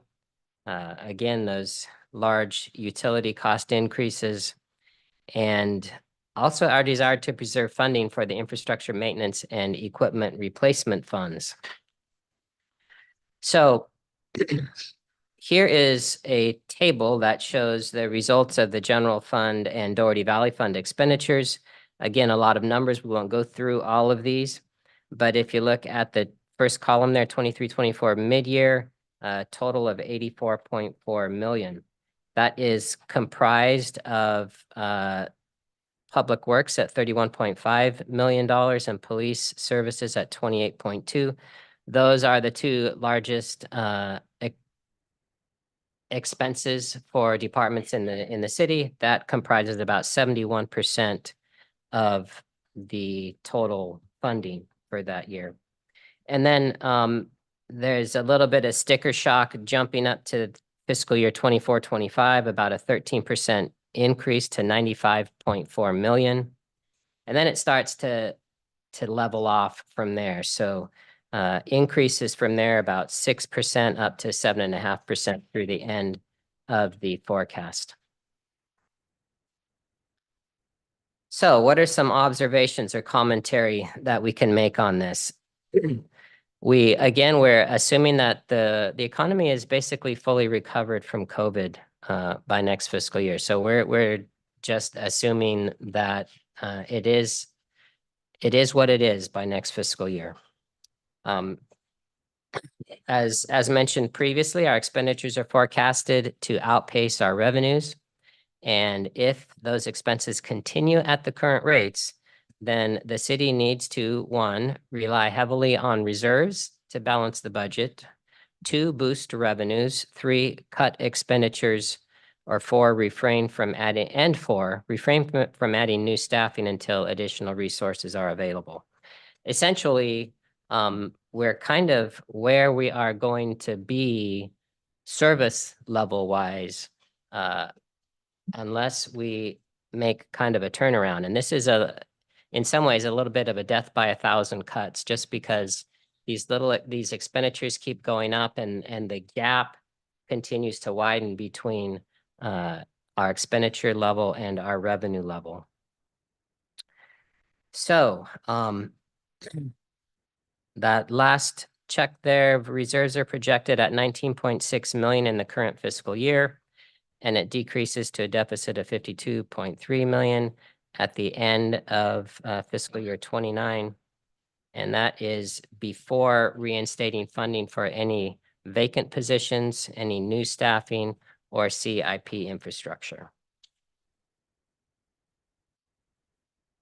And when we collect the inputs from all of the departments, we also ask them what their staffing needs are.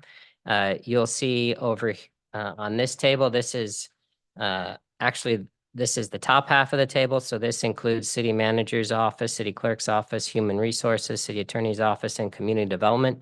You'll see that there are quite a few requests for new staffing, but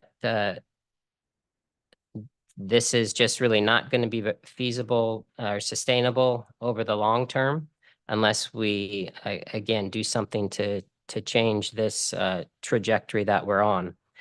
If you recall, we did add 4 new positions at mid-year. You'll see that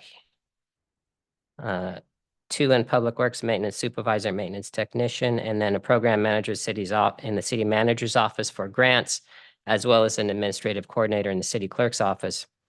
As you go across that table, you'll see that those new positions were frozen and the funding was removed from the budget, except for the administrative coordinator in the city clerk's office. And then also a reminder that last column there, 24-25 unfunded, we do have a total of 6 positions that have no funding already in the budget. Those 6 positions have been in the budget for quite a while. 1 of those is in community development and 5 is in parks and community services.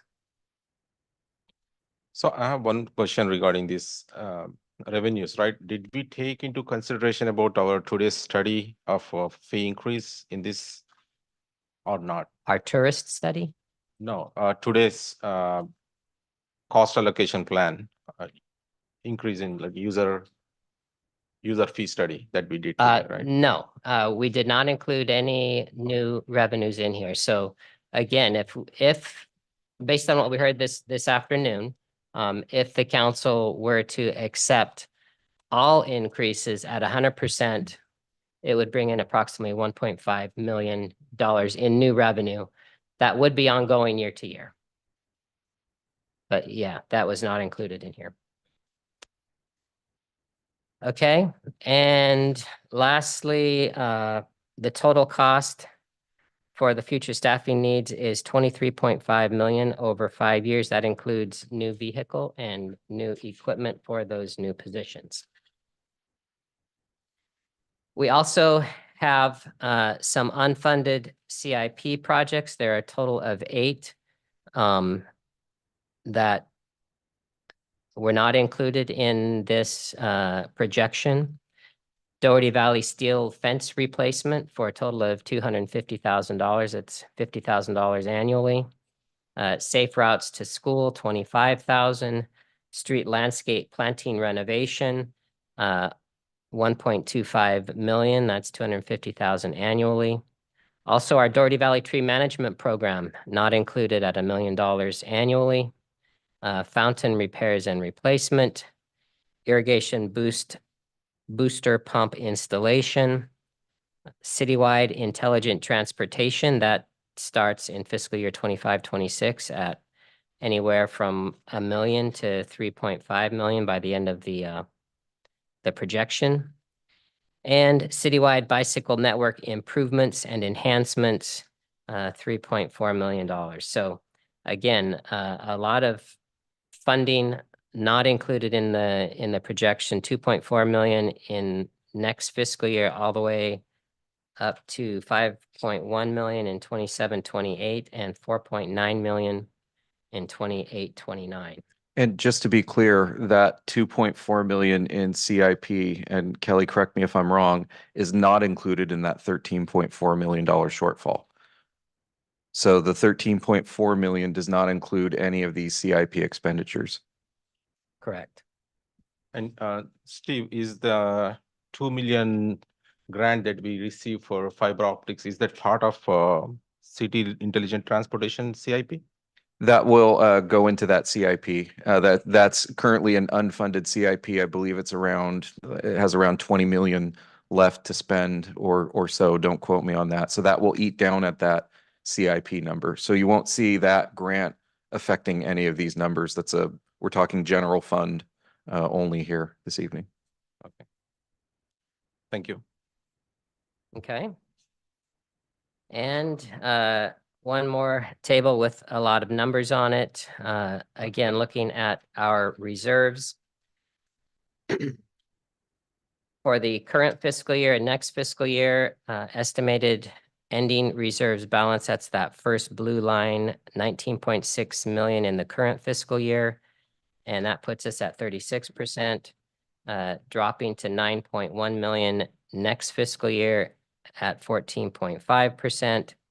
If we were next fiscal year, if we were to reinstate frozen vacant positions, that takes another $2.6 million and drops the reserves to 6.4 million.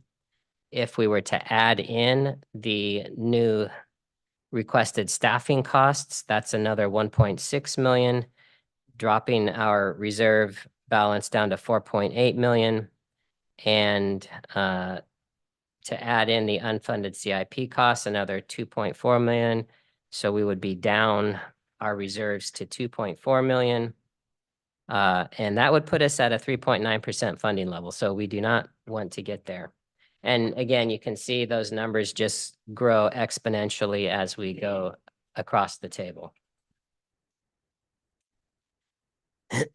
So looking forward to fiscal year 24-25, key budget development drivers are to manage our revenue growth and recovery from COVID-19 as best we can, manage the rising cost of employee salary and benefits and other inflationary expenses, deal with our possible future infrastructure costs, unfunded pension liability, and other exposures.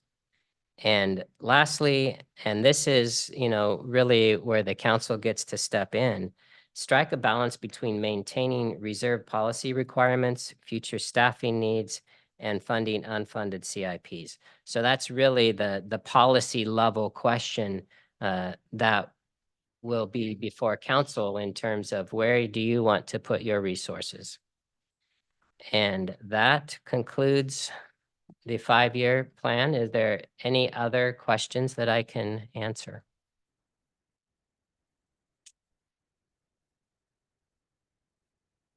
Looks like everyone is Okay. in shock. Everybody's in shock.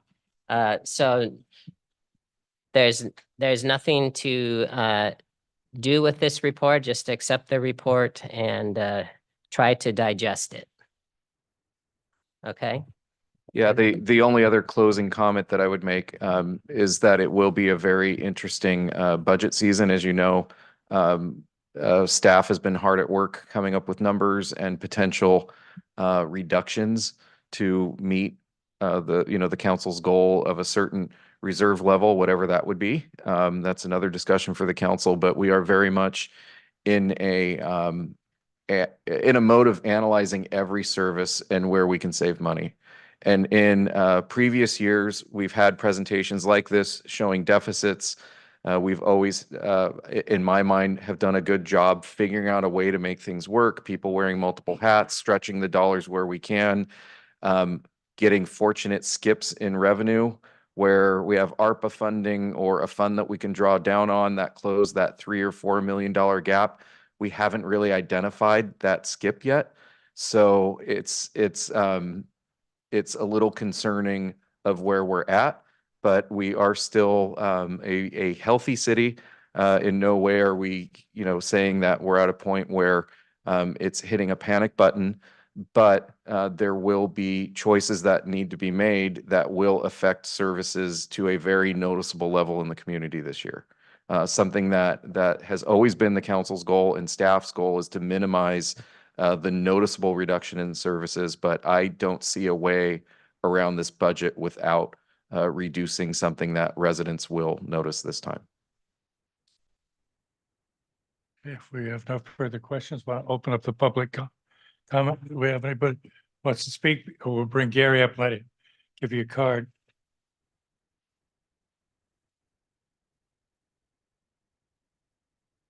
Hello, my name is Gary Chabin.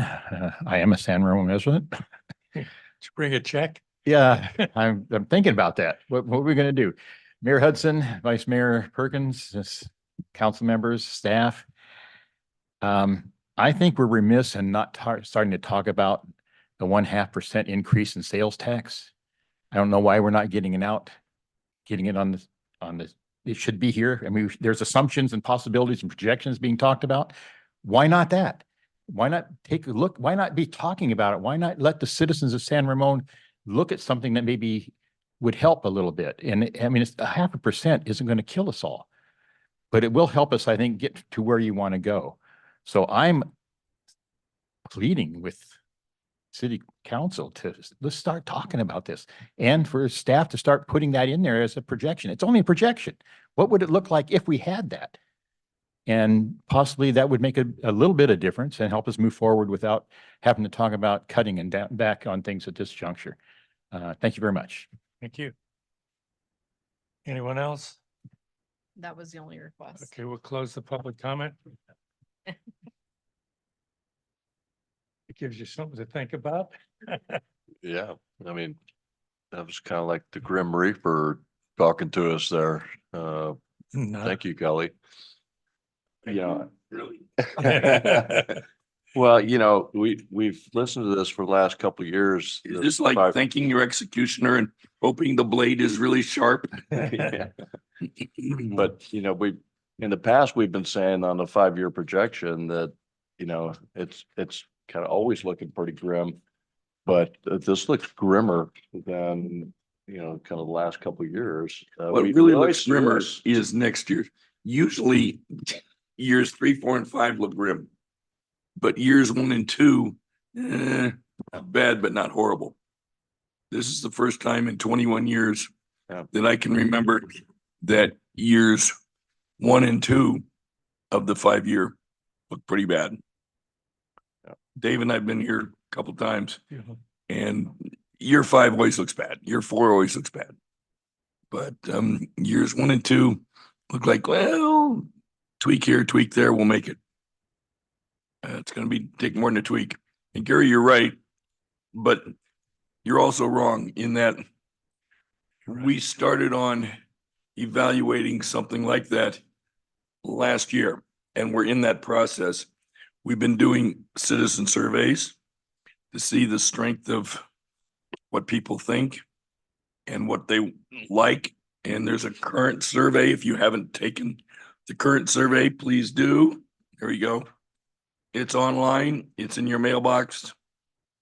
We're going to use that to help us.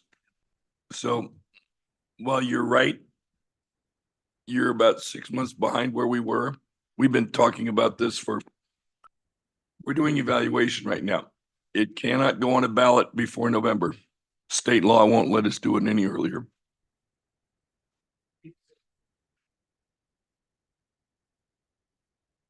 Yes, sir. You're absolutely right. I think we need to evaluate a couple of the assumptions. The infrastructure maintenance fund, that's near and dear to my heart, and I think that on the way out that Maria will probably slash my tires. But no, you'll send somebody to slash my tires. I got it. We may have to reduce it from its $1.5 million to something less. I'm not saying zero, but same thing with the equipment replacement fund and the PARS account. The PARS account was there to use to pay some of our employee benefits going forward. And if this isn't the time to use it, please remind me what that looks like, or don't. Those are just some of the things that come to mind that are not included here. That'll make a little difference. That isn't $10 million worth there. But if we can find a few hundred thousands around, we'll find a way. I do believe that ultimately we will have to eat some of our reserves, but that's a very, very painful decision. I think in some ways that's the most painful decision, because those are one-time funds and you can't use them again the following year once you've used them. So that's the most challenging piece, is how deep into the reserves do you want to go? And then we have to have, by our policy, we have to have a plan for replacing those funds. And that's where Gary and sales tech, are you going to be chairman of that committee for us, Gary? Thank you very much. We're going to need a chairman, by the way, so don't go hiding on us. That's going to be very necessary. Been here 21 years and we have never asked the citizens for any new taxes or raise any current taxes in 21 years. Almost every city around has. We're one of the last to ask for something. And that's because we've done a damn good job and the staff has done a damn good job. Okay, Mark, we'll catch up. You were saying? No, well, Vice Mayor Perkins covered some of the things I was going to say. So, Well, say 'em again. As he mentioned and the city manager mentioned, maybe we'll take a look at during the budget process, the reserve policy is it in the right place? Do we need to adjust it? But again, one-time funds. So when we draw that down, we got to figure out how to, kind of keep it up in the future. So, no, that's all I got. Yeah. Yeah, I think the real battle is going to be, okay, you go after a 0.5 cent sales tax, how is it going to be allocated? Because people are going to want to know, if you don't have a big project or a big program or something, what's the enticement? The last time we did it was Measure J and we had the Caldecott, and we got 18% return to source on that. So it made some sense to people. But, if it was easy, anybody could do it. And before people talk 0.5 cent, we're not into that moment yet, but I would like people to at least contemplate 0.75 cents. If you look at the list of sales tax by city in our region, San Ramon is currently at the bottom. And at 0.75, you're still not at the top. So at least don't cross that one off your list for another day. Yeah, and I think as Kelly mentioned, on one of his briefing slides, he had there kind of when he made the comment about death by 1,000 cuts, he had in there, some of the things the city needs to do: rely heavily on reserves, boost revenues, cut expenditures, refrain from adding new staffing until additional resources are available. I mean, those are broad statements, but I think we got to look at all that. Not necessarily do all that, but I think we need to look at all those different options. Yep. So here, oh, go ahead. Go ahead. No, okay. I was just gonna say, I mean, I think there's a lot of things in here that inherently we can't control. It's just the reality that we're facing a lot more demand. The city's growing. We have to meet that demand somehow. And so we can't operate with this tiny budget that we used to operate with. And I think the other component is a reality that there is inflation and that cost is trickling down to us and many other people as well. As you can see, we saw, looking at the cost for PG&E, the insurance, what they're charging us, all of these things are really impacting all of us. And, you know, it's really out of our hands other than to turn to the community and ask for help and support. So, and if you do answer that survey, it's really important, as Councilmember Perkins mentioned, because it'll give us a sense of what your priorities are, what matters to you most. And that's what we really need to hear from you. So please, please, please complete that survey. Thank you. I was thinking there's even something more that I'm not sure it's on the survey. I mean, we look at these other cities with these smash and grabs. I mean, we got a grant to set up a task force here, but when the grant runs out, where's the money for that? I mean, the minute it's gone, people are going to know it's gone. Thieves know more than you think. They're not stupid. And we can't let ourselves degrade to something like that. So again, what we're going to use, a 0.5 or 3/4% sales tax or user fee or whatever.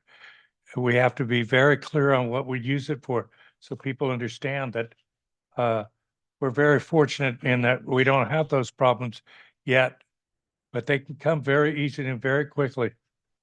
Okay, where are we going from here? Go ahead, Scott. One thing you say, we have to identify, we can't be too specific because of the way the law is written. Yeah. If you're looking for a sales tax that's a general tax, it has to be 50% plus one vote. And you cannot say, I'm going to go build a new skate park or a new basketball court. You cannot say that. You can say it's for recreation. You can say it's for police protection. You can say it's for street maintenance, but you cannot be specific. So we have to be careful with that. Yeah, so already asked most of my questions, but here, one thing I want to make sure that we need to start looking at generating or increasing our revenues for sure. We are having this conversation after almost 4 years or 5 years, but then I think we are not able to move the needle. Unfortunately, we got into that COVID situation, and but now as we are out of it, so we need to start focusing on generating more revenues. That's the only way we can get out of these kind of situations. Maybe this time, maybe as retail tax, hopefully if it passes, that will be one skip that we can get. And also the new fee structure that can help us. And also I think the property transfer taxes, hopefully that will increase, because once the reduction in interest rates, that hopefully that may help us a little bit, because of the reduction in the interest rates can help properties start flowing. Looks like already the market is getting there. You're absolutely right on that. Yeah. As the interest rates for mortgages go down, the volume of transfers will increase. So I'm trying to be optimistic. I think, yeah, initially, maybe a couple of years, it will be challenging, but let's focus, get that retail tax, as looks like all council members are on board on that to support you on that. So yeah, let's get this fixed. So what do you need from us, city manager, besides prayer? That always helps. No, just Mayor, receiving comments tonight. This discussion has been great. It is something that this is the beginning of the conversation that you will hear a lot about between now and the budget adoption in June. This is basically the kickoff to addressing at least this year's budget and some of our structural deficits. So that was the purpose of the 5-year tonight. As you know, we normally do a 5-year financial forecast at your workshop every year, but we thought it was important enough to bring it to the council this year for a more detailed discussion. So thank you for the comments tonight. You don't need any motion, just more discussion. Nope, Are just you heard enough? I think, no, just whatever general direction we received from the council tonight was great. Thank you. I think it was the right thing to kind of put it in the public spotlight tonight as well, as opposed to, Yeah. we don't get a lot of attendance at some of the retreats and goal setting sessions and things like that, but I'm glad the public has had the opportunity to kind of see that financial picture.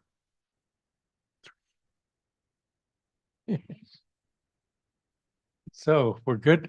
What's next? Item 9.4, resolution number 2024 next in line, establishing fees and charges for various municipal services for fiscal year 24-25, repealing resolution number 2023-045 and setting a public hearing on April 23rd, 2024. Presentation by Kelly Sessions, Administrative Services Director. One more time.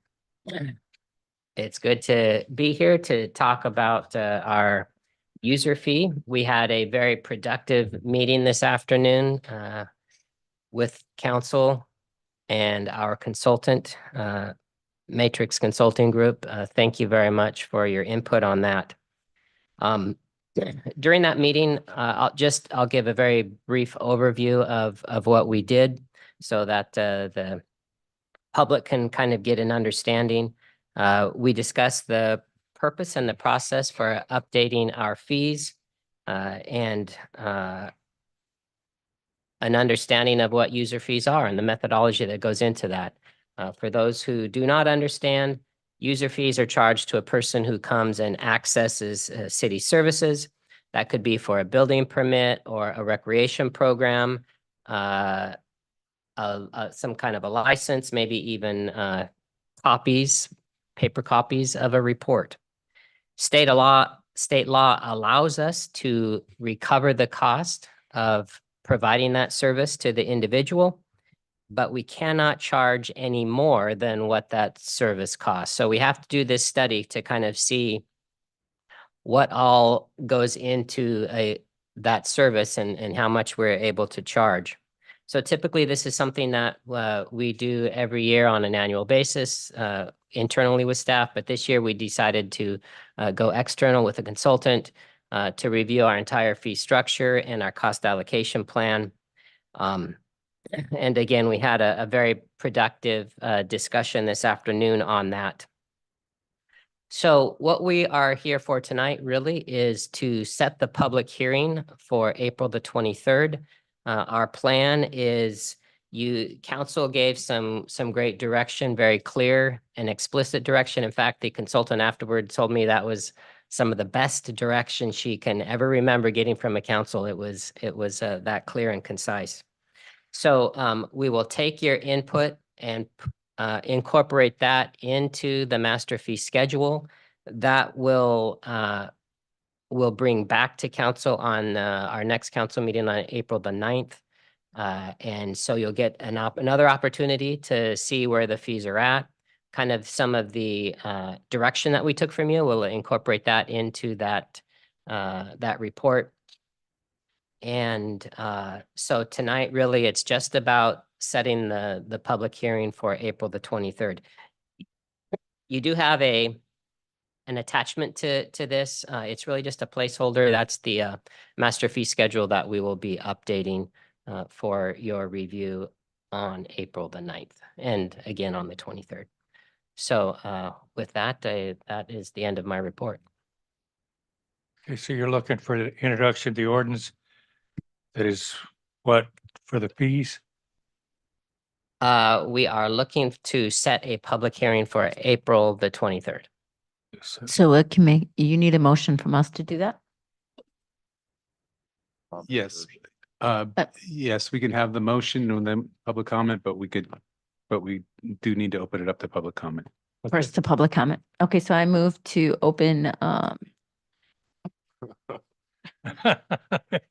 Yes. second it there. To clarify, the motion is to set the public hearing, correct? We're not Yeah, opening. for April 23rd. Thank you. This is Yeah. open up. Before the motion closes, can we open public comment? Yes. That it was includes open. opening public. Yes. Okay, public comment. So do we have any cards? I do not have any cards for this item. So you need a motion to close public, or we just leave it No. open? It's not a public hearing. It's Just like that. It's open and closed. Mhm. Okay. So need to take a vote again, or did we? Just add the vote unless there's So any other. the 5-0 to set the meeting for April 23rd? But You gotta come back here, Scott. We're good. Yeah. So come back April 23rd and tell us how much to spend.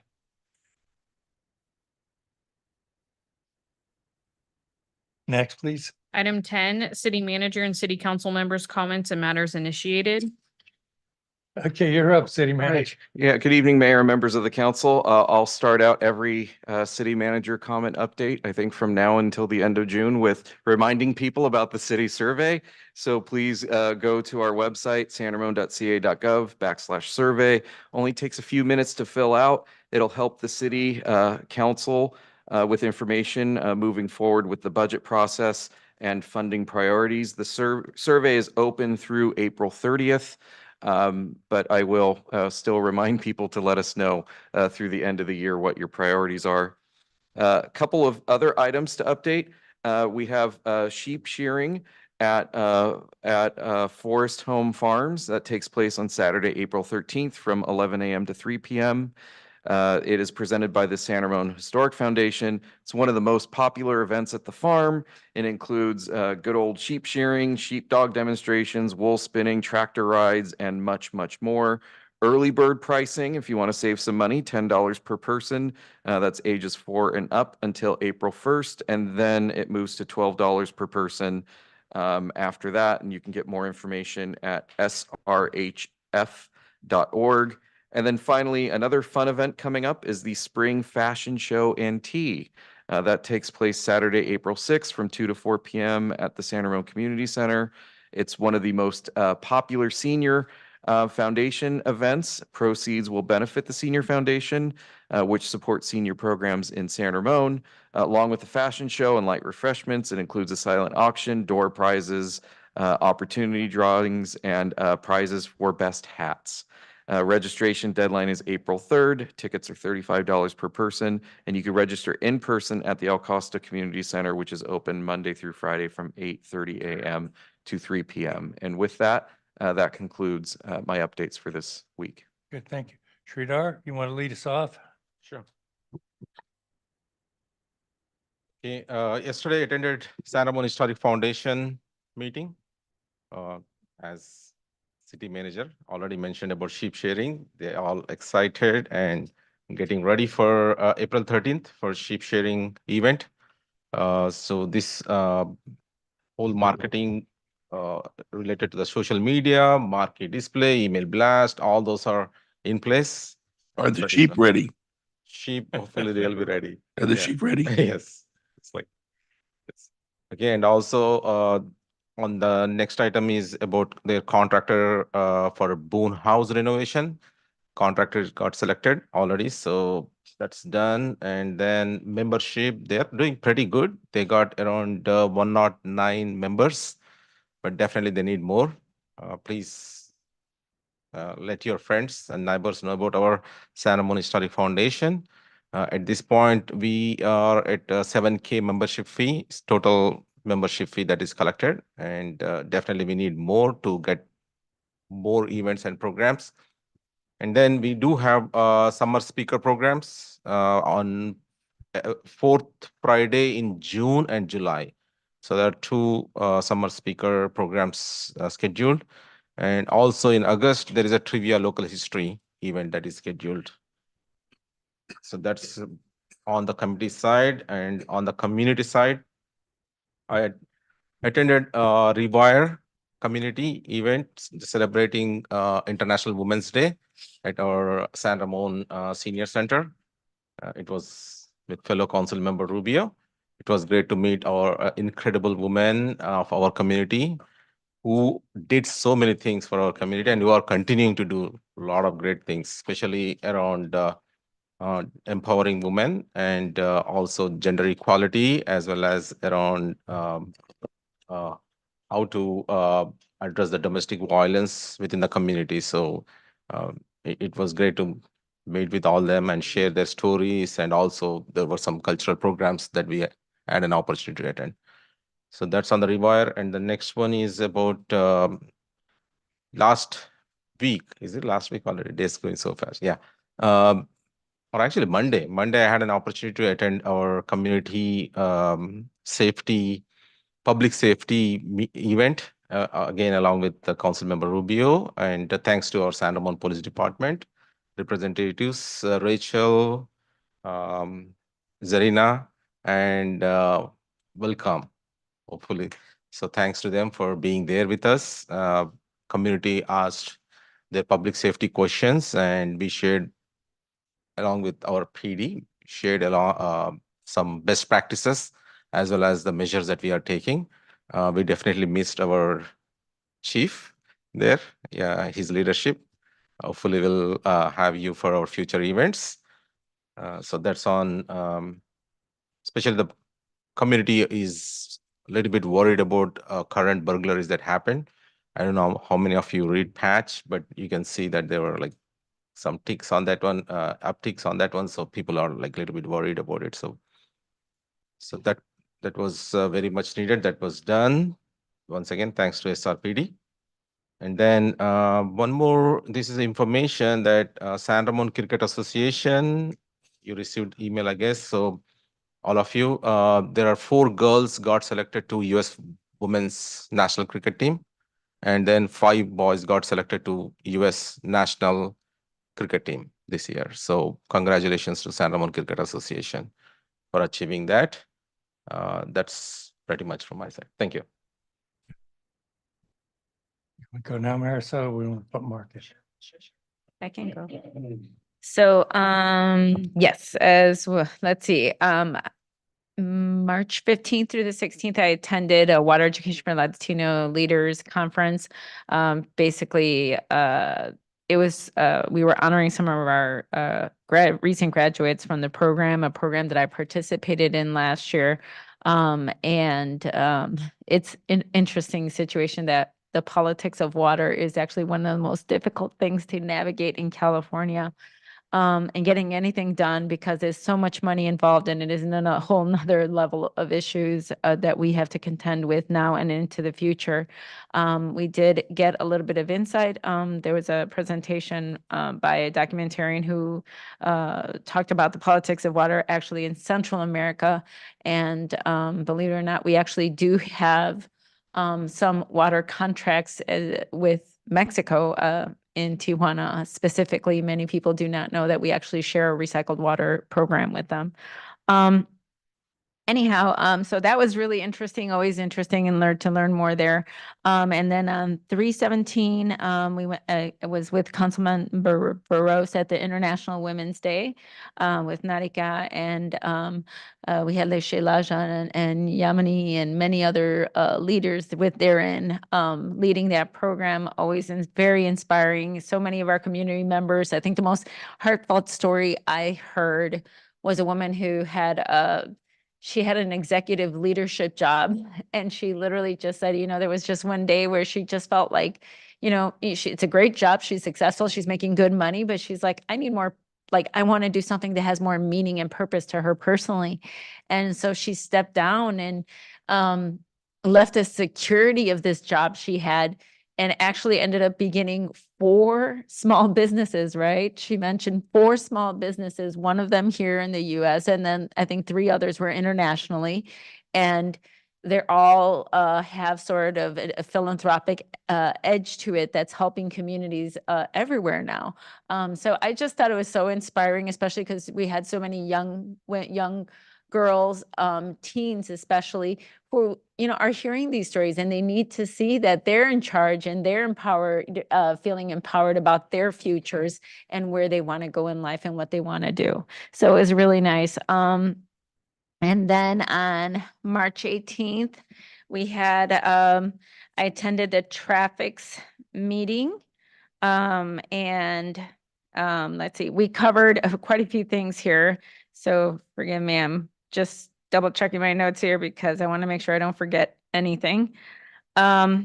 So we basically approved the summary of actions from, the prior meeting, but we also received and approved the traffic's auto fiscal year ending June 30th, 2023.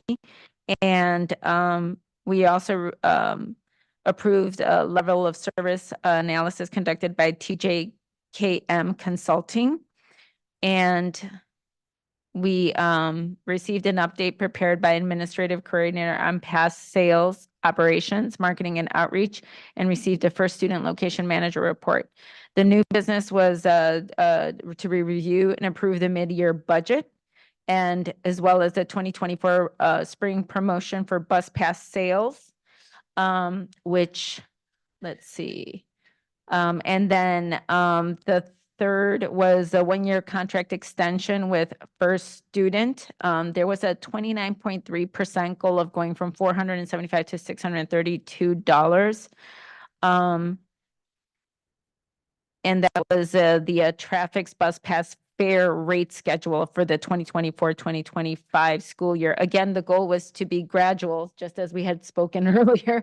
Sometimes it's important to be mindful. We don't want to have throw a sticker shock on people. Part of this was that there was 131 less students ridership. And so they have to make up the cost somehow. So they're spreading it over time. There's also a discussion on potential investment of traffic reserve funds and a review and approval of the 2024-25 traffic's marketing outreach plan. And later that day, I went to the San Ramon Arts Foundation meeting where we received an update from our Deputy City Manager, Scott Noel, on the budget and the way where things stand and some of the considerations we have to keep in mind. We also, oopsie, sorry, a lot of notes everywhere here.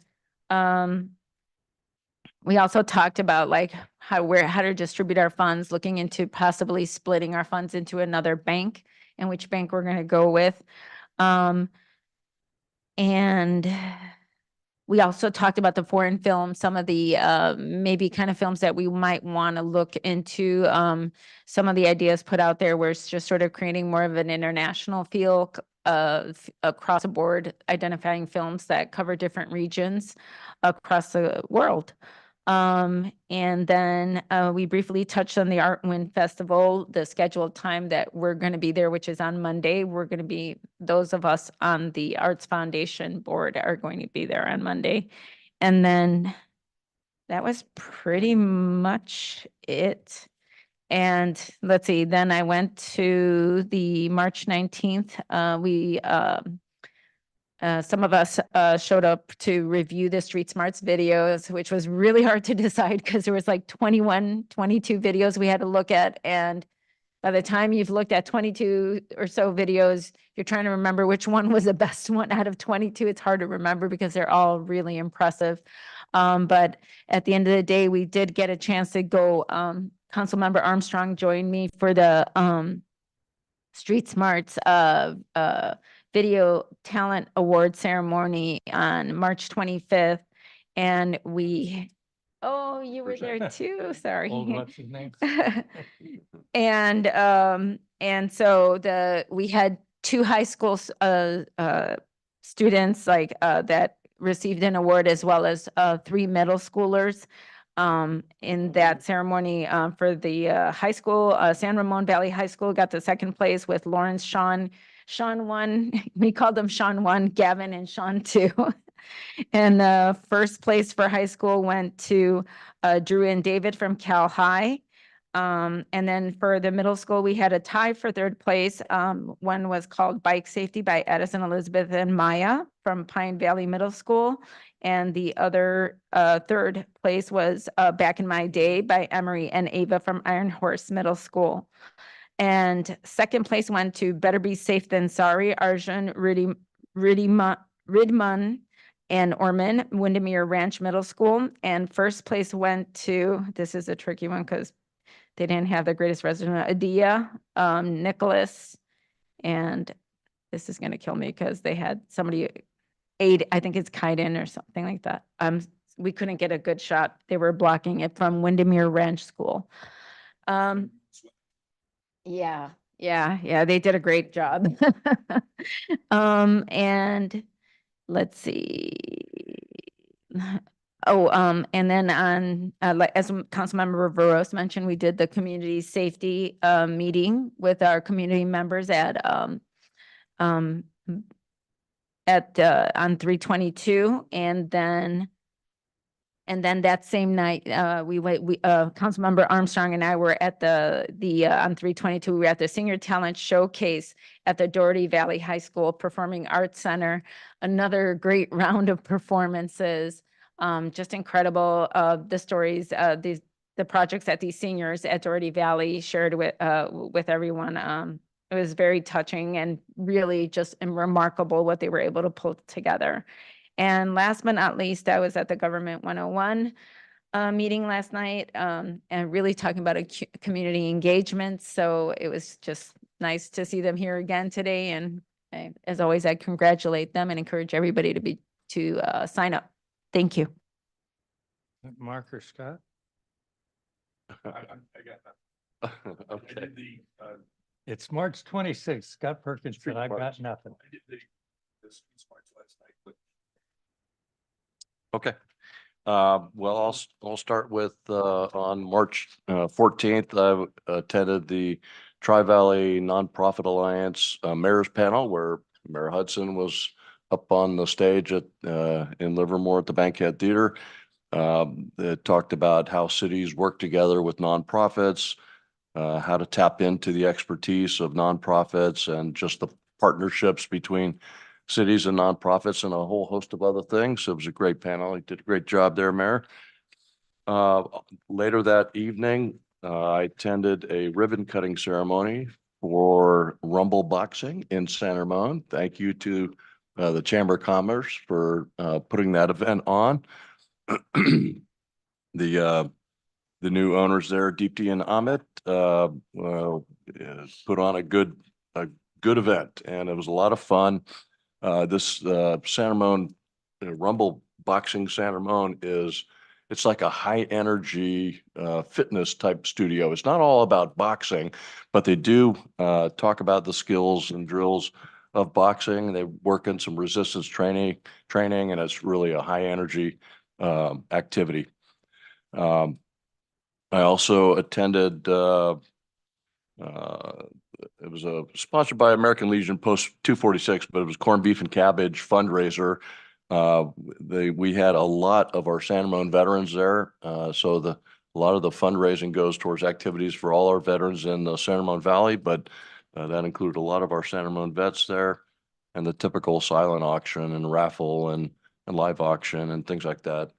It was right around St. Patrick's Day, so a lot of green and maybe some Irish coffee or something. On the 18th of March, I attended the Open Space Advisory Committee meeting. We had some discussion on the number and the timing of the different outreach events for the upcoming year. It didn't lock in exact dates, but talked about kind of the different types of events, hiking events and non-hiking events.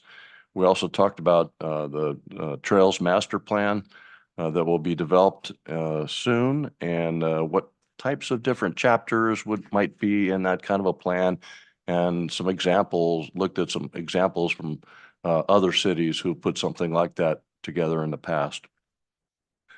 I also attended and this is a mouthful, but the San Ramon Valley Emergency Preparedness Citizens Corps Council Policy Advisory Committee meeting. And we reviewed the financial report and approved the budget. We talked about alerts and notifications and emergency communications in the San Ramon Valley. this is a group, there's representatives from town of Danville, San Ramon, the fire district, school district, and the county that are part of this policy advisory committee. One of the things they talked about, I'll just kind of make a plug for it, is a thing called Smart 911. So there's an app for this. You can download the app, and you can enter in personal information about you, about other residents in your household, that if there was a 911 emergency, that information will pop up to the dispatchers and can be communicated to the first responders. So if there's, critical medical needs or special access issues or just anything that the first responders might need to know, you can enter that information ahead of time and potentially save some time and save some lives. I also attended the Arts Advisory Committee meeting. We got an update from Steve Cox from Parks Department on the Art and Wind Festival that'll occur on May 26th and 27th. We also got a preview of the new advertising artwork for this year's Art and Wind Festival, a very creative art. And we also discussed some things such as creative, vibrant communities through public art. Got an update on a report on a performing arts center attendance, and talked about some of the upcoming cultural arts events, and make sure you sign up for Nick Carter coming up was sort of the big message there. On the 21st, I attended the Danville State of the Town address, represented the city on that one. Very good report. They do okay. I think I think we did better at our, but I'm a little biased, at our State of the City. Then on the 21st of March, I gave a presentation to the San Ramon Valley Historical Society. They'd asked me to come and talk about the history of beekeeping in the San Ramon Valley and beekeeping in general. But I talked about kind of European honeybees, how they came to the New World back in the colonial days, and how they eventually got out to California and the journey they had back in the 1800s and eventually into the San Ramon Valley. And then how a lot of our pioneer families back then, especially, Forest Home Farms, the Ruth Boone, and then even some of our descendants of the pioneer families have been beekeepers over the years. On the 22nd, I attended the Chamber of Commerce's Business and Community Roundtable event. A very interesting presentation by Alex Marin from Sunset Development, and he gave kind of a very interesting broad vision of how he sees Bishop Ranch evolving in the future. Let's see.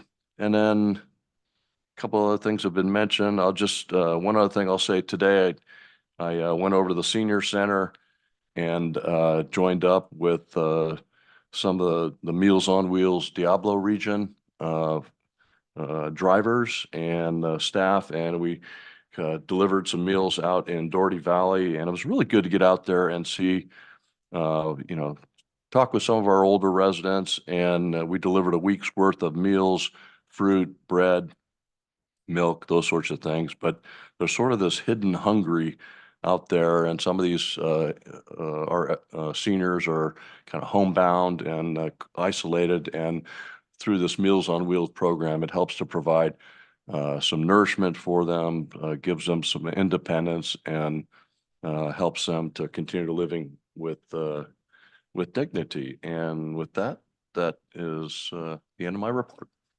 Okay.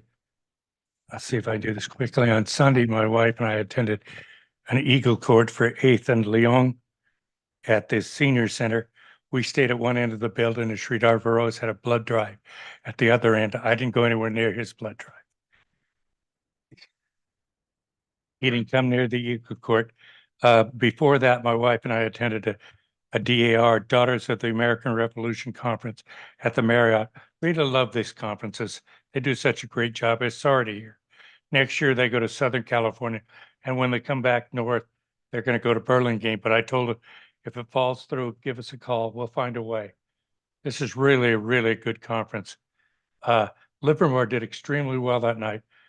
The Livermore High got the Essay of the Year, and Granada High got Citizen of the Year. And I've been wanting to say this since I didn't get to speak at the Martin Luther King Day we had. But Sridhar Varosa, remember, did a really good job with the get together. We had a lot of people show up for Dr. King Day here at San Ramon. And I made a statement then that we could hold this every month. Well, the day that we could hold it every month is coming up. It's called Opening Day of Baseball. In April 1947, the Brooklyn Dodgers sent Jackie Robinson out to play first base, wearing number 42. He received a death threat that day and every day after that, but he kept going out. And he got the last laugh because success is the great equalizer. Not only was he inducted into the Hall of Fame, but the number 42 is retired from every team in baseball, except one day where every player wears the number 42, and that's coming up. It's very important to realize these people that really did the civil rights movement for it. Jackie Robinson was a name that doesn't get mentioned enough. But I'm looking forward to next year, Martin Luther King Day, Sridhar. But to me, it's the opening day in baseball. What he did for us cannot be minimized. What's next? Item 11, adjournment.